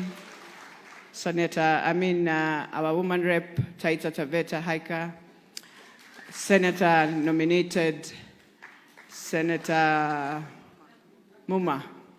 Good. We have Ndonyo from Kisii, our woman rep. We have our Commissioner, Mishi, and I think that is the team that has joined us.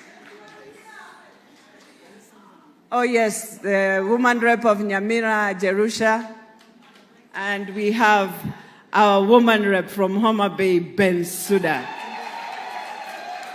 We have the woman rep of Vihiga, Beatrice Adagala. We want to appreciate you and to really thank you as the G7 that we shall ride on you. May God bless you. Thank you very much. Thank you very much, Vice Chair of KEWOPA. I would like to take this opportunity to recognize all the PSs present. If you just rise up and wave. I am told you're quite a number. I may not know you by name, but feel welcome. Welcome and thank you for honoring us. I would also like to request all the members of the County Assembly, MCAs from the various counties, to kindly stand up and wave, and I think they make the majority of the teams here. Kindly clap for them. Thank you very much. And finally, I would like to recognize the deputy governors, female deputy governors who are here. I think the ones who are here are female, not that I'm leaving out the men. And I will just call your name and you wave.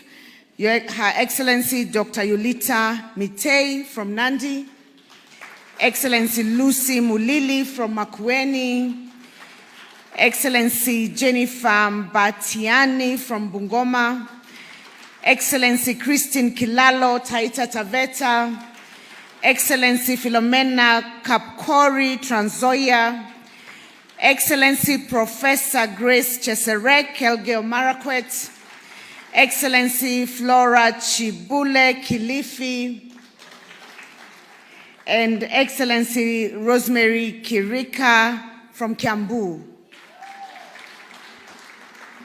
We recognize you and feel at home, and thank you for coming.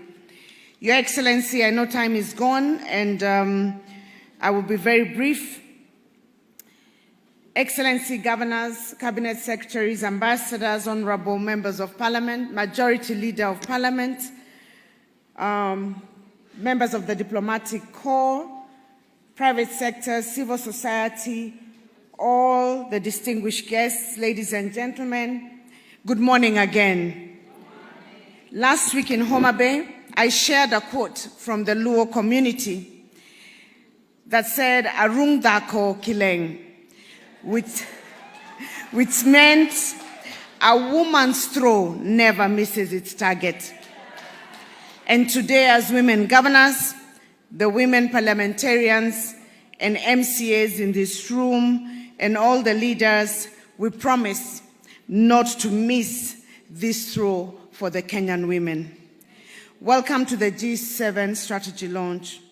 We're here to revolutionize women political participation in leadership in Kenya.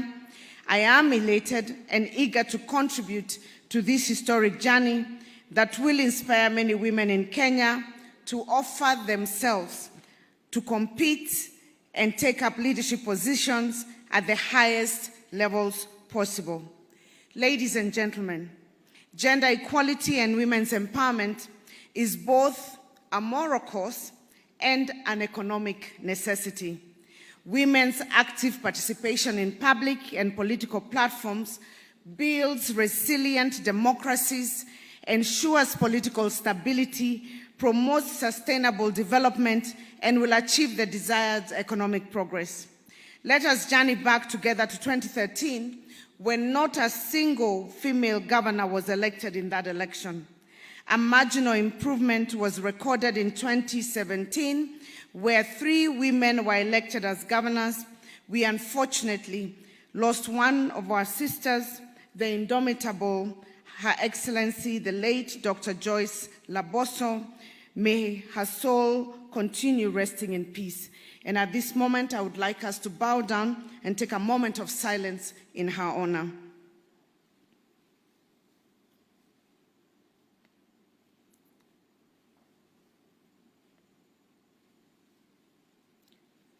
Thank you. Today, the G7 reflects progress in women's political leadership as CEOs of county governments. Ladies and gentlemen, the G7 strategy is designed to accelerate equal and inclusive representation in decision-making and to model efficiency and accountable governance, as my colleagues have said. The strategy aims to showcase the transformative leadership we strive to deliver on the promise of devolution, while serving as a positive example to younger women or older women seeking access to leadership. The strategy also embodies the values of collaboration. I'm sure you have seen, when you look at us, you can tell that we are friends. We meet, even when we are not at work. We share. I saw some people looking very shocked when they heard that some of us cry. Sometimes it gets very tough because we balance both family, we balance personal lives, and we also have to do official work. We pull together collaboration. We also have accountability, inclusivity, equality, and empowerment that define Women Governors Caucus and that exemplifies transformative leadership. We share lessons. We learn from each other. I learn from Gladys Wanga, even if she's 1 year old. They learn from me. I learn from Susan. Everybody has something to give one another. And we sit down and say, how did you do that? Let's share your plans with me. Can I have that so that I don't have to start from the beginning? And we hold each other's hands, hoping that this will showcase women leadership to be exemplary and therefore motivate many other people to elect women leaders. Our goal is to increase the number of women governors from the current G7. It's not just a story. We're not just sitting here having this conversation and then going back to our homes. We have a strategy cut out for the next 3 years. For those of us who will not be running for a third term, because I'm not allowed by the Constitution, I will be dedicating my time to campaign for women potential governors who have been chosen by their respective parties, to work with them, develop strategies for reaching out on the ground to ensure that we actually increase this number. We will be, all of us, in New York in the next 2 weeks, fundraising for support and getting technical support as well for each of the counties and also for the counties that have potential women leaders. So how do we achieve this increased number in the next election? One of the biggest issues will be mentorship. It is incredible to be surrounded by many smart, dedicated women who are changing the landscape of leadership. And all of us will be giving our time, even as we run for office a second time, to mentor others who are coming up. I would like to just share one thing that I learned from Governor Ngilu. It's something very basic, but I came from technocrats. I did not know anything about politics. I had no clue about politics. I just went in there. And I remember when we were going around campaigning for women and 2/3 gender, one day we were in Kakamega, I think, and we were sitting, and of course, because I was amongst the youngest politicians, so to speak, I was still very conscious, and I think even Wanga was there. We were trying to find seats, and I had managed to find a seat because I came very early. Being a technocrat, you know, you're told 8, you are 8 seated. So I had a seat. But some other men came, big men, powerful men. And so I was very intimidated, and I was a governor, mind you. I stood up to give a seat to a man. I'll never forget Governor Ngilu. She dragged me back down and told me, never ever give up your seat for a man. Governor Ngilu, I learned my lesson. I have never again given my seat to a man. So one lesson I learned from Ngilu, very basic. She told me, never ever. How can you do that, you know? And I realized I'm a leader, an equal leader, just like the rest of them. But because they make you feel they've come with a lot of support, you know, we don't come like the women do, at least none of us do that. We don't have like 7, 8 bodyguards pushing everybody around. If you come, I don't use a front car. Is it called a lead car and sirens? And I don't think any of the women governors do those things. So it's very easily that when the others who come can easily intimidate you, even when you're at peer level. But we are saying we want to show a different kind of leadership. We want to show a leadership that has an impact on the ground. We want to show why devolution actually happened, that women can lead and can deliver. And this is not a threat to the men. For me, who is the chair of the council, they know I beseech the second-term governors, please, second-term governors, support women candidates, because you're not running again. And there are women candidates who can make it in every county, we believe. It is our duty to encourage more women to aspire to political leadership, and not just political leadership, as Governor Sakaja has said, but also leadership in general. We will be localizing this strategy, starting with the 7 counties. We are going down, and also now the counties which have women deputy governors kindly volunteer to work on localization, and where we have women potential. Your Excellency, I personally am looking forward to the day, and my colleagues know this. I'm looking forward to the day, Your Excellency, I will say like Sakaja after your term, that this country will have more than 1, maybe 2 women or 3 women presidential candidates competing against each other. Inawezekana, haiwezekani? Inawezekana, haiwezekani? Amongst these women here, they come from different political parties. Why not? Men compete against each other. We saw President William Samoei Ruto competing with another in not so long a time in the future. We are hoping that from G7 to G24 to even higher, not just deputy, prime minister, but presidents, there will be a time, like one country I know in Europe, where this issue of handshake will be between Governor Ngilu, it will be between women leaders. A presidential candidate woman who has won in Kenya, and a leader of opposition who's a woman who lost. And it can happen in Kenya. But we have to see it, we have to believe it. And we're not saying it because women are just women. We're saying it because any woman who has aspired and has risen to the position of governor or leadership in the National Assembly, that woman can aspire to lead this country. We don't know where that will come from, but it is my belief, and I look forward to a day when that will happen. And I will say like Sakaja, I support my president, yake ni 10 straight. Iyo tulisema. Sindio? Lakini tumemwambia akitoka tu hivi, hatumpati promise ya mtu mwingine. Tutakutana kule, kina mama watakuwa wamejipanga sawa sawa.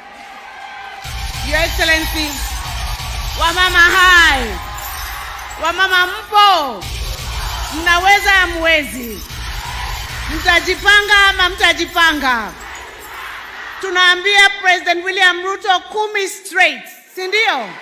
Hiyo hatuongei. Lakini tukitoka tu hivi, Your Excellency, tafadhali hivyo umetushikilia mkono, we are looking up to you. We are hoping that up there shall be competition. Many of these women will present themselves, and may the best woman at that time win. Your Excellency, ladies and gentlemen, as I conclude, I leave you with the contemplative words of trailblazer Margaret Mead. She said this. She said, "Never doubt that a small group of thoughtful, committed citizens can change the world. Never doubt.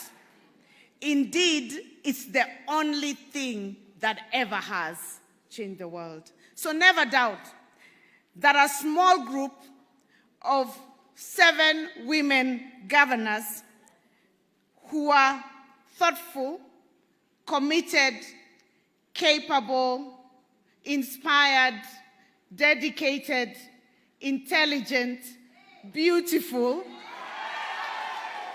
hardworking, and an example and role model to many, never doubt that those 7 female governors can change the Republic of Kenya and indeed the world.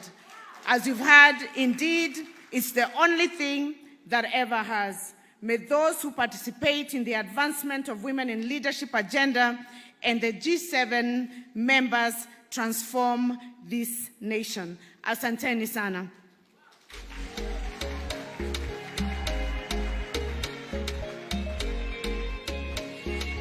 And now, it is my singular duty and honor to invite our role model, our president, our party leader for those of us who are in UDA, His Excellency William Samoei Ruto, PhD, to address this gathering.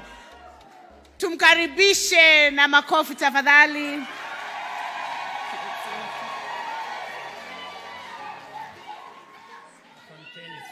Tafadhali tuketi. Asanteni sana. Thank you very much. Thank you very much. Your Excellencies, governors who are present here, led by the Chair of the Council of Governors, Madam WAIGURU, CS Aisha Jumwa, Principal Secretaries present here, and women leaders, good morning. Hamjambo. It is a wonderful morning for us, and for me specifically, to be here this morning to participate in this very important event.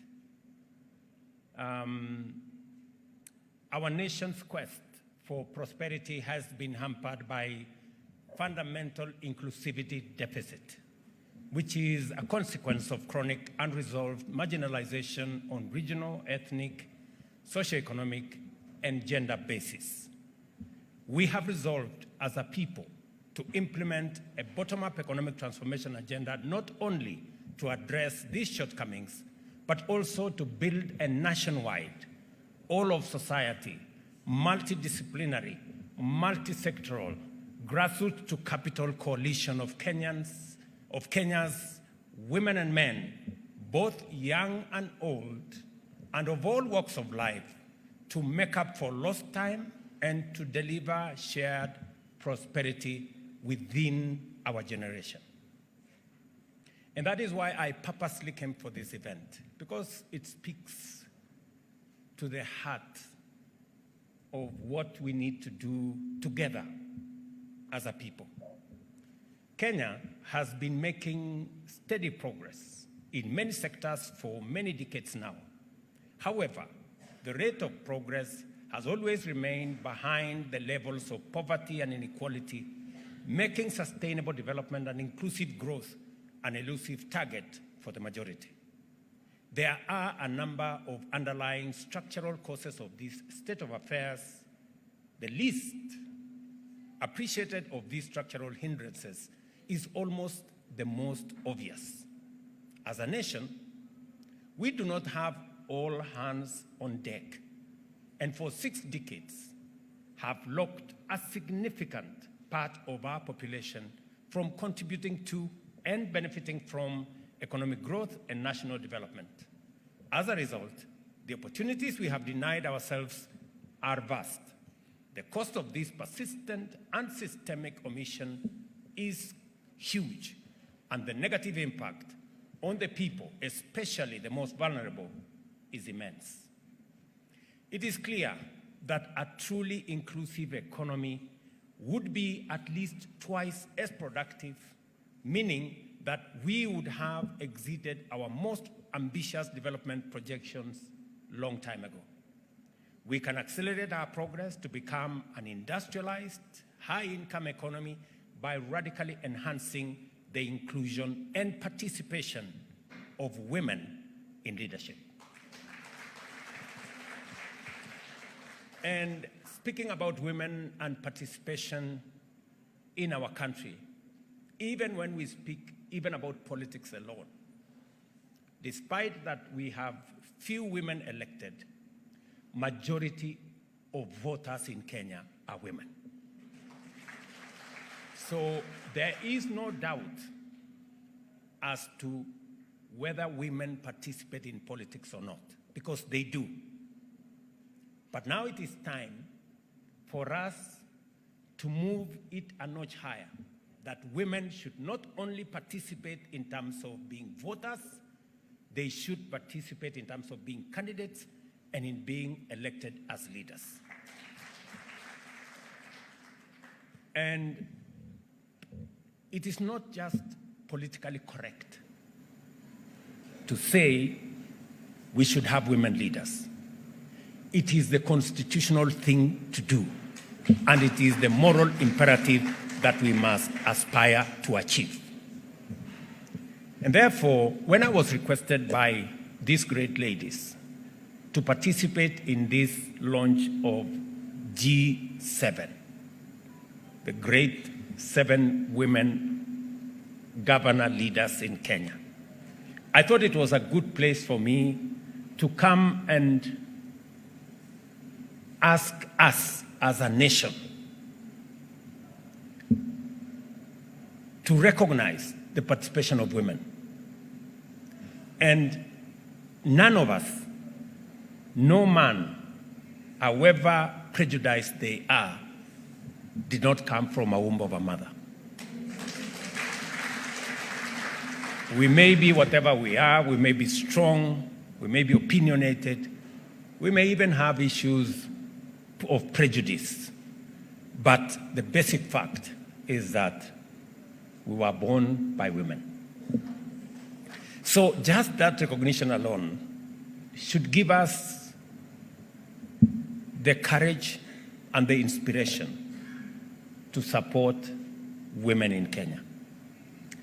And therefore, I have listened to the women leaders from my side of the political divide, and they have given an account and almost reduced this function to a function of UDA and Kenya Kwanza.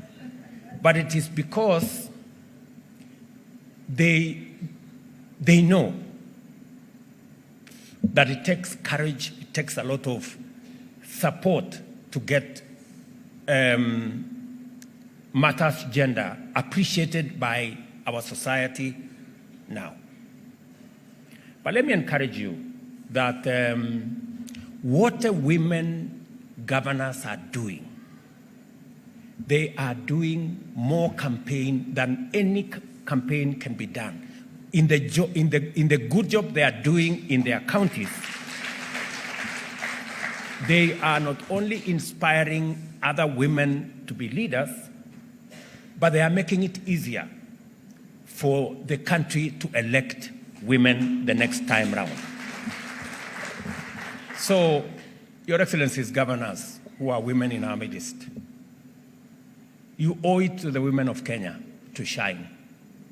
Because in you shining, you encourage the country to vote for more women. And I am very proud of these women, great leaders. Anne Waiguru seated here.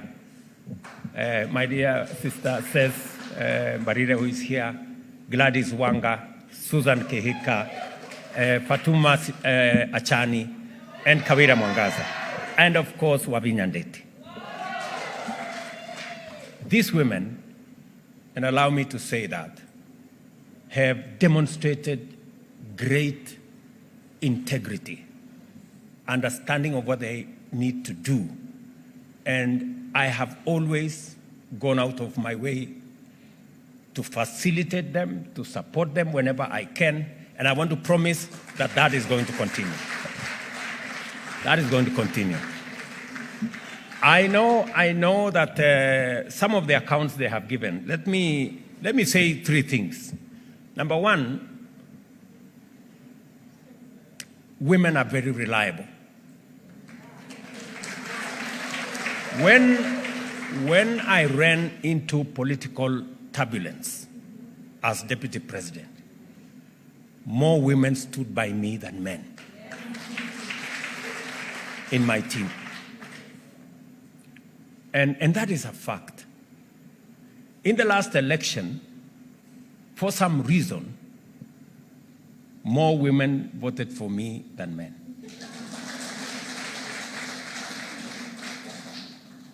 And therefore, supporting women is the easiest thing for me. Of course, apart from the fact that in my family, I have more women family members than men. But I know sometimes I have, whenever I speak to the leaders in my corner, sometimes in the process of mentorship, you have to tell them some hard facts. I remember Susan, one time I called her and I told her, listen, Susan, I am listening to you and you are not persuasive. You know? I want you to rehearse your text. Don't leave home before you know what you're going to say in a political rally. You know, even if it means you have to cram 3 things. Say something about agriculture. I had to take her through lessons, this girl, because I really wanted her to succeed. And forgive me, Susan, I was hard sometimes on you. Another time I called her and I told her, I don't want to see you in Nairobi. You must go and sit at the village. You know, those things of rubbers. I told her she must put on rubbers. And sometimes I know women, they want to look beautiful. They want to put on a skirt that is. So these ones, I told them, look, this is not the time to look beautiful. You know? put on a long dress because this place is chaotic. You know, put on a long dress, put on whatever those things they say, I don't want to say. And it was all because we wanted to succeed, right? I must also say that women have also changed my perspective. Let me give you two examples. WAIGURU, when we had a time in our politics, in the side of the politics we were, and it was time to make very difficult decisions, whether to go this way or to remain that way. And among the people who made decisions that, confirmed to me that women are brave is the decision WAIGURU made to join our team. When she joined our team, I could not believe it because everybody believed she would be on the other side. And it took a lot of courage, Same thing with my dear sister, Ses Mbarire. It was obvious to everybody that she would be on the other side. But when she made the decision to say, this is where I'm standing because this is where I believe the people are, she stood out as a great leader. So all these great ladies are the epitome, as has been said here, of great leadership. And we want to work with you, and we will do the best that we can to make sure that women leadership succeeds so that we can use it to rally the rest of our population to appreciate that for Kenya to make steps into the future, we cannot do it with half our population that are men. We must do it together with everybody on board. That's why the bottom-up economic transformation agenda identifies working conditions, including unpaid care work, exclusion from decision-making, risk of gender-based violence, low access to adequate health care, vulnerability to the effects of pollution, environmental degradation and climate change, as well as early marriages and childhood pregnancies as contributing factors to minimal participation of women in key sectors of our economy. Yesterday, as I supported First Lady, I took time to see the plan that her office has. And one of the agendas that I agreed with her to concentrate on is the agenda of children. Because we have a very serious problem around children in Kenya. And there is some sad statistics out there. And I am happy that I'm speaking to women leaders. The subject of early pregnancies.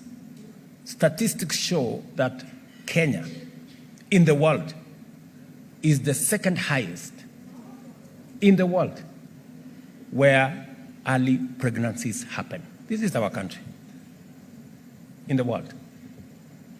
Again, all the subjects around early marriages going into FGM.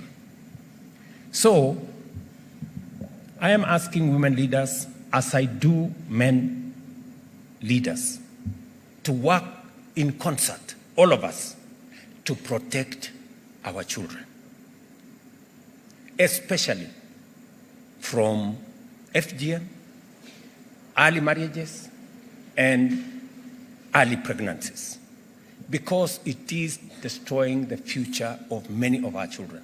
So as I went through with the staff of the First Lady what it is that they want to do and how government can support to raise the bar, to raise the profile of the challenge that we have in that space, I thought about these women leaders who are here.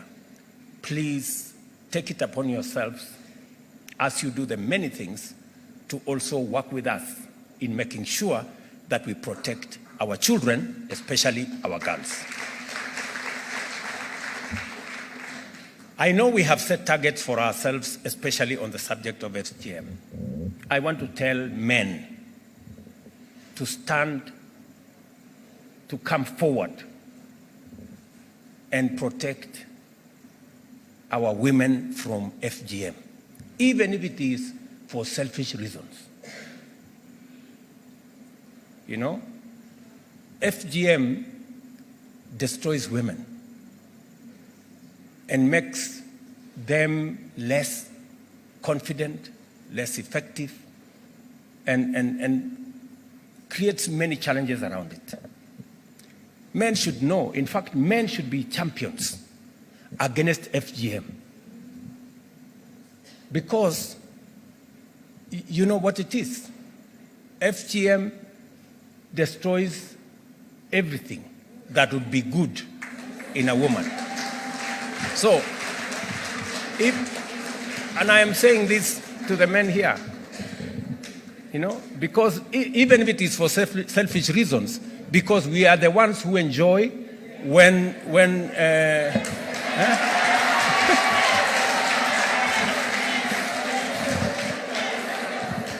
I mean, so, and especially the women who come from the counties that have prevalence of this challenge, please, let's go out of our way.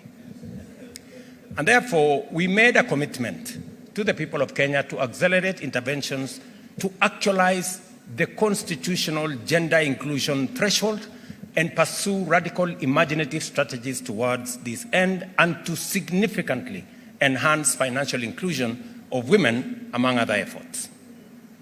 And let me say this. When I did a memorandum to Parliament, I did not do it for political correctness. It is because I had made a commitment to the women in Kenya Kwanza that we would finally do something about this 2/3 gender rule. And it has been a back and forth for now over 10 years. I want to commit to the women of Kenya that this time round, we will make sure that the 2/3 gender rule is attained.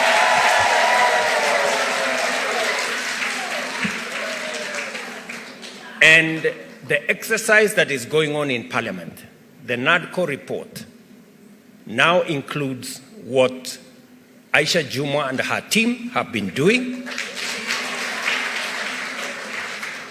And the commitment I made is that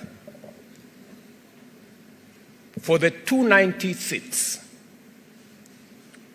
at the very minimum, we must have at least 1/3 being women.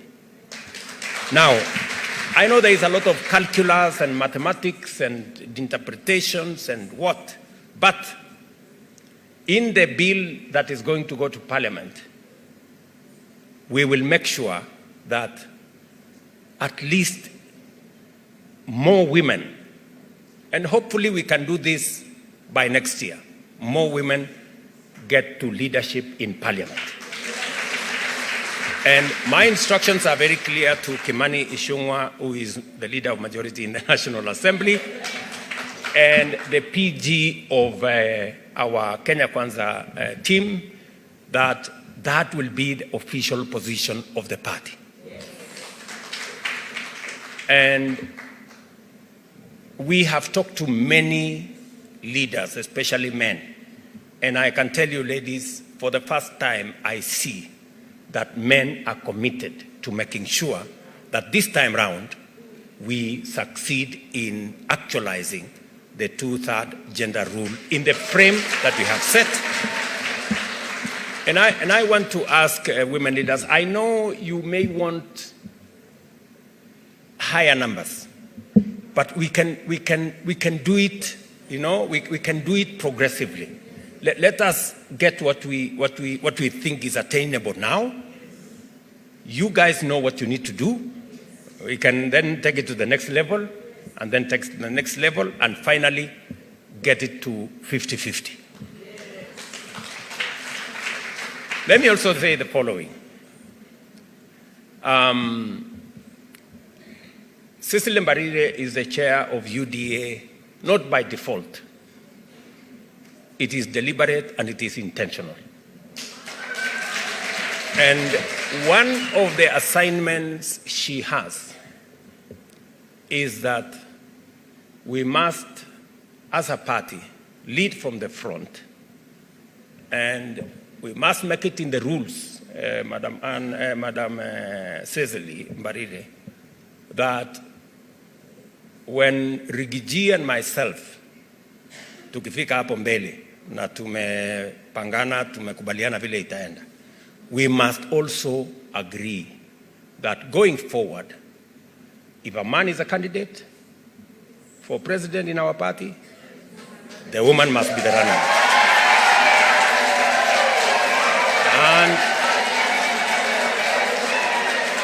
And if a woman is the candidate, then a man can be a running mate.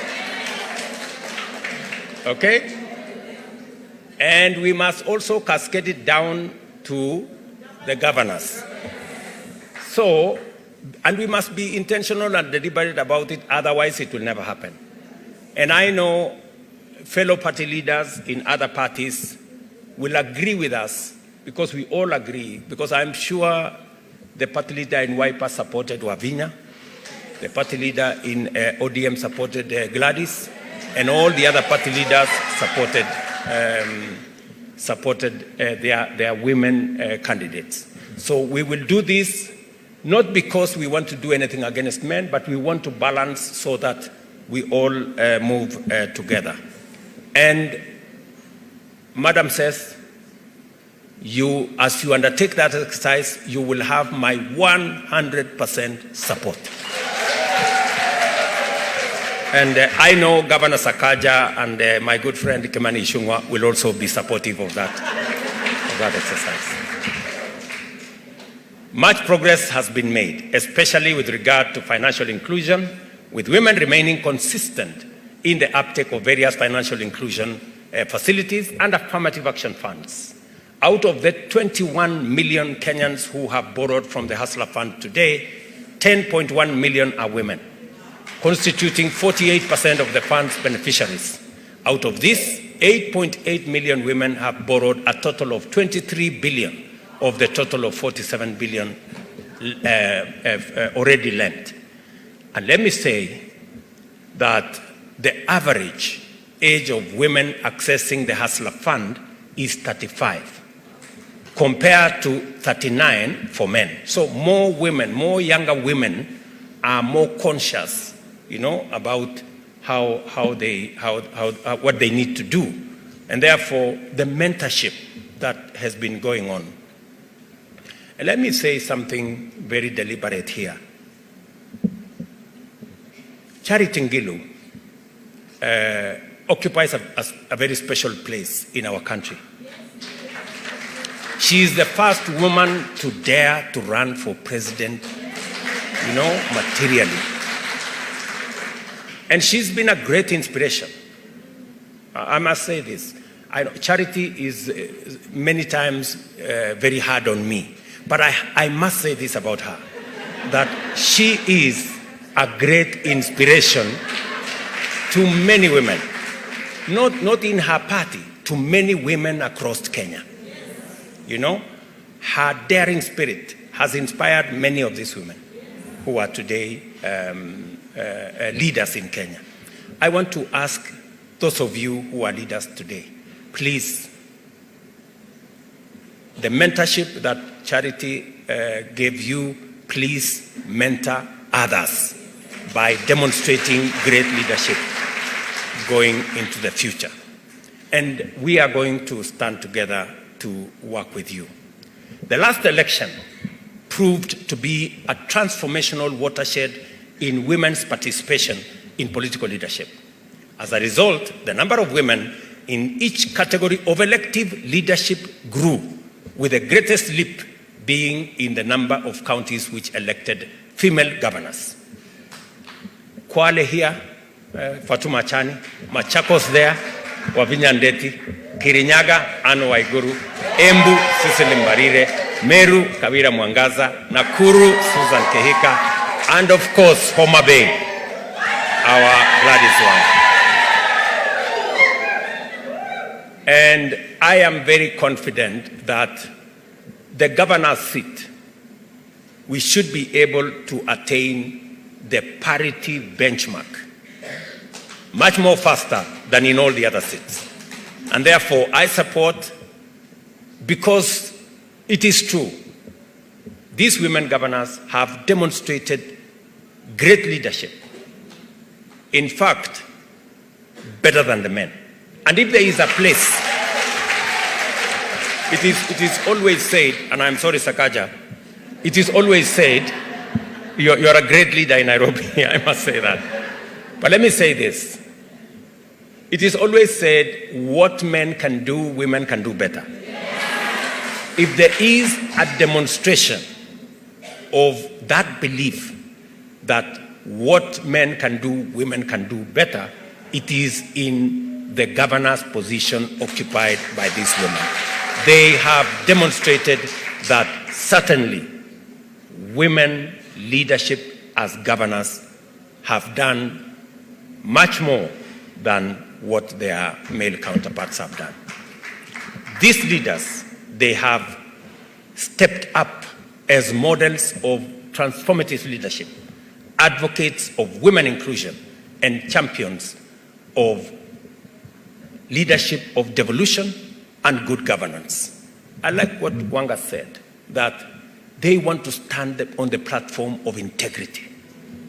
They want it to be known that women leaders project, believe in, and are profiled as women who are of good standing, incorruptible, passionate, and that is what we all want to see in our men. These leaders, they have resolved to leverage their unique and historic position as pioneers to pave the way for even greater numbers of women in key leadership roles by intentionally using their leadership to mobilize positive public attitudes to women leadership. In so doing, they have lived up to the ideals of bipartisanship and coordinated their endeavors in the best spirit of inclusivity to actualize the values and principles of devolution, gender equality, inclusive and transformative actions. It is through such inspired and principled actions that the spirit of our Constitution is brought to life to catalyze national transformation. This is why I'm delighted to join you at the launch of the G7 strategy to expand women leadership in devolved units and amplify the transformative impact of inclusion on socio-economic development, governance, representation, and institutional growth and development. I am persuaded that the G7 represents a superior proposition in promoting the inclusion of women generally and in leadership specifically. It also provides an alternative pathway towards the sustainable realization of the two-thirds gender rule inclusion. The leadership of the G7 affirms our faith in the promise of the bottom-up economic transformation for shared prosperity through inclusion and have made an irrefutable and irresistible case for the urgent attainment of the gender parity as an idea whose time has come. I am very proud to associate myself with the G7 strategy for the Women Governors Caucus and pledge the government's full support for it. Let me repeat, I pledge the government's full support. Let us therefore stand shoulder to shoulder in solidarity and equality, face forward with confidence and lead this nation to a prosperous future where no one is left out and no one is left behind. The G7 strategy is a great one, especially coming in the backdrop of what we will be doing tomorrow in Embu. And I will be early, says. I know you are our host. We will be there tomorrow morning to celebrate women in our country and leadership of women in our country. The G7 strategy, therefore, is officially launched. God bless you and God bless Kenya. Asanteni sana na mubarikiwe. Thank you. Thank you. A round of applause for His Excellency. And with your permission, Your Excellency, we have now the official launch that's going to be taking place. Allow me to now invite the G7, the 7 governors, to join His Excellency as we now officially launch the G7 strategy beginning here. So allow me to count you down. Your Excellency, will ask you to press the buzzer. I'll count down from 5. The ladies can stand there behind. PS Devolution as well, and CS Aisha Juma. So I'll count down from 5 so that we can press it down. 5, 4, 3, 2, 1.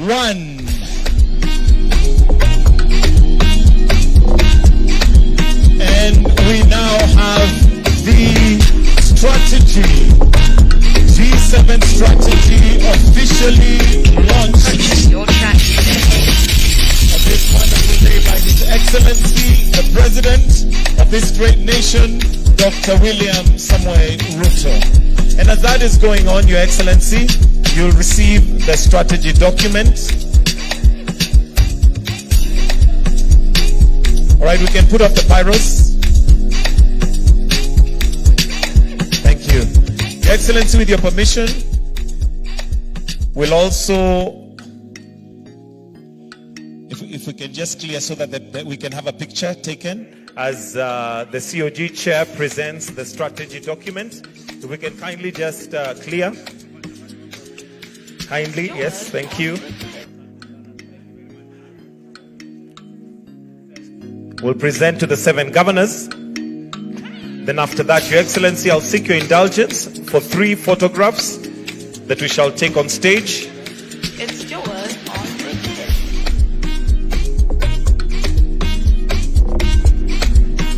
And once you receive your strategic document, I'll request that governors, we proceed to the stage. Please, let's go on stage so that we can take a photo after this. Once you get your document, kindly governors, let's proceed on stage.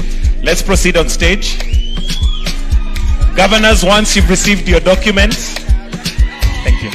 Once you've received your document, we proceed on stage.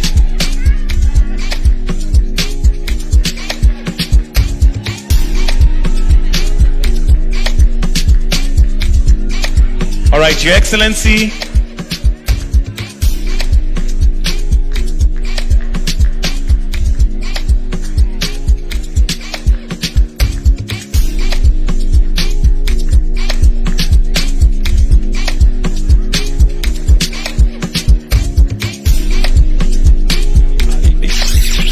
Your Excellency, if we may now proceed on stage. If we now may proceed on stage, please. We may proceed on stage, please.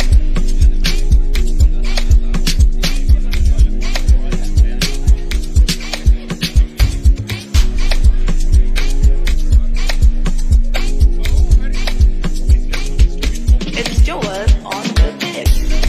Your Excellency, we may proceed kindly on stage for the photograph. A photograph with the 7 governors, Your Excellency, kindly.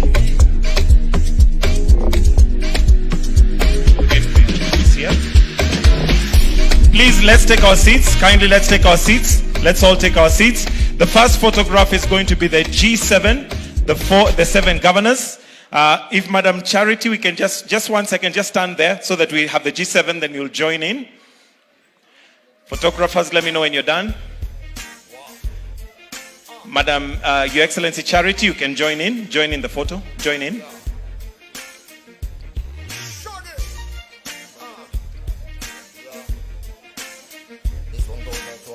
CS Aisha, if you can also just prepare to join in.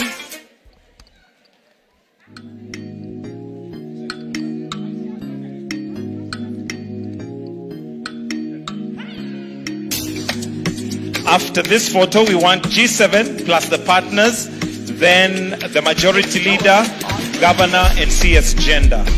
So after these partners, where are you? If we can have the partners who give a speech, kindly, if you can proceed to come on stage. Please come. Partners.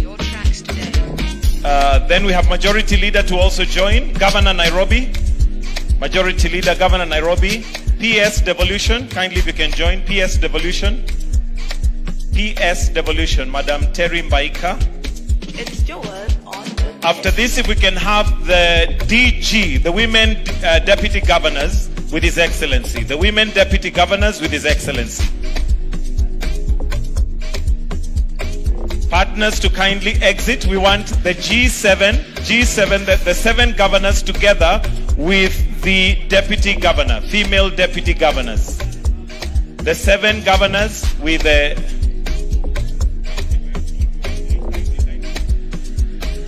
And I'll request that we kindly just exit from stage, please. Please, if we can just clear stage so that we have a clear picture. After that, we shall finish with the national anthem after the gift.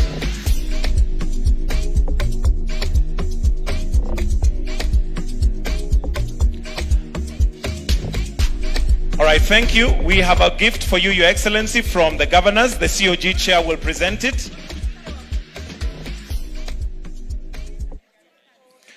If we can kindly have the gift.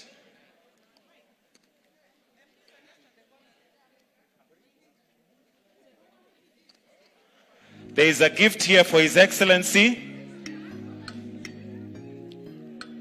presented by the COG chair.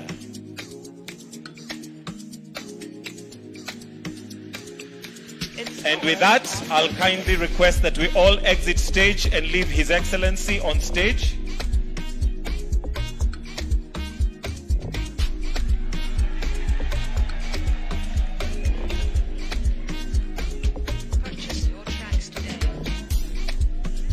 All right. Lady MPs, Your Excellency, you know how women can make sure that they get their way. So women MPs, this is the last photo. Women MPs only, the last photo. Then after that, we will all exit stage and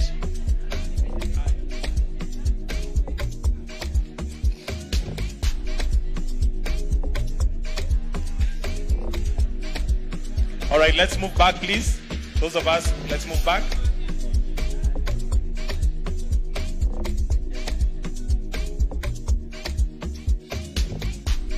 All right, thank you. Your Excellency will request that you remain on stage. If the rest of us can kindly exit the stage, kindly. Would like to finish with the national anthem. If we can kindly exit stage. Can we kindly exit the stage? We'd like to leave His Excellency. If we can allow His Excellency to remain on stage as we finish with the national anthem.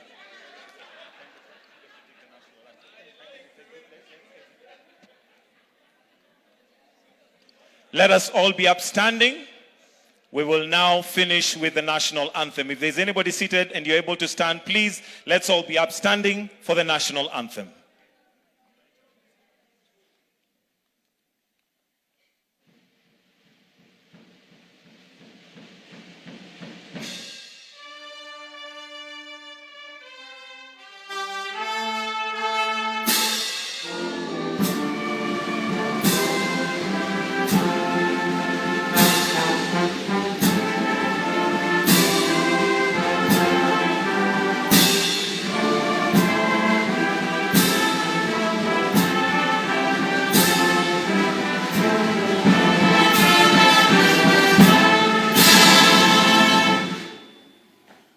Let us all remain where we are as we allow His Excellency to exit at his own pleasure.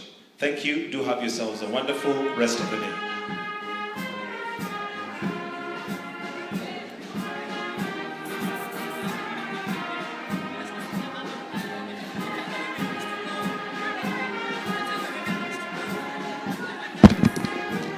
Ladies, for everybody who is in the room, kindly do not exit. Wamama tafadhali mchukue viti zenu. We have one more session with our ladies. Kindly do not leave the room.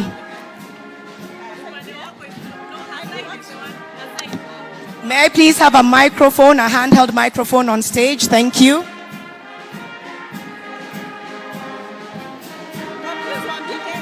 Wamama tafadhali, msiende. Ladies, kindly remain seated in the room. Kindly remain seated in the room.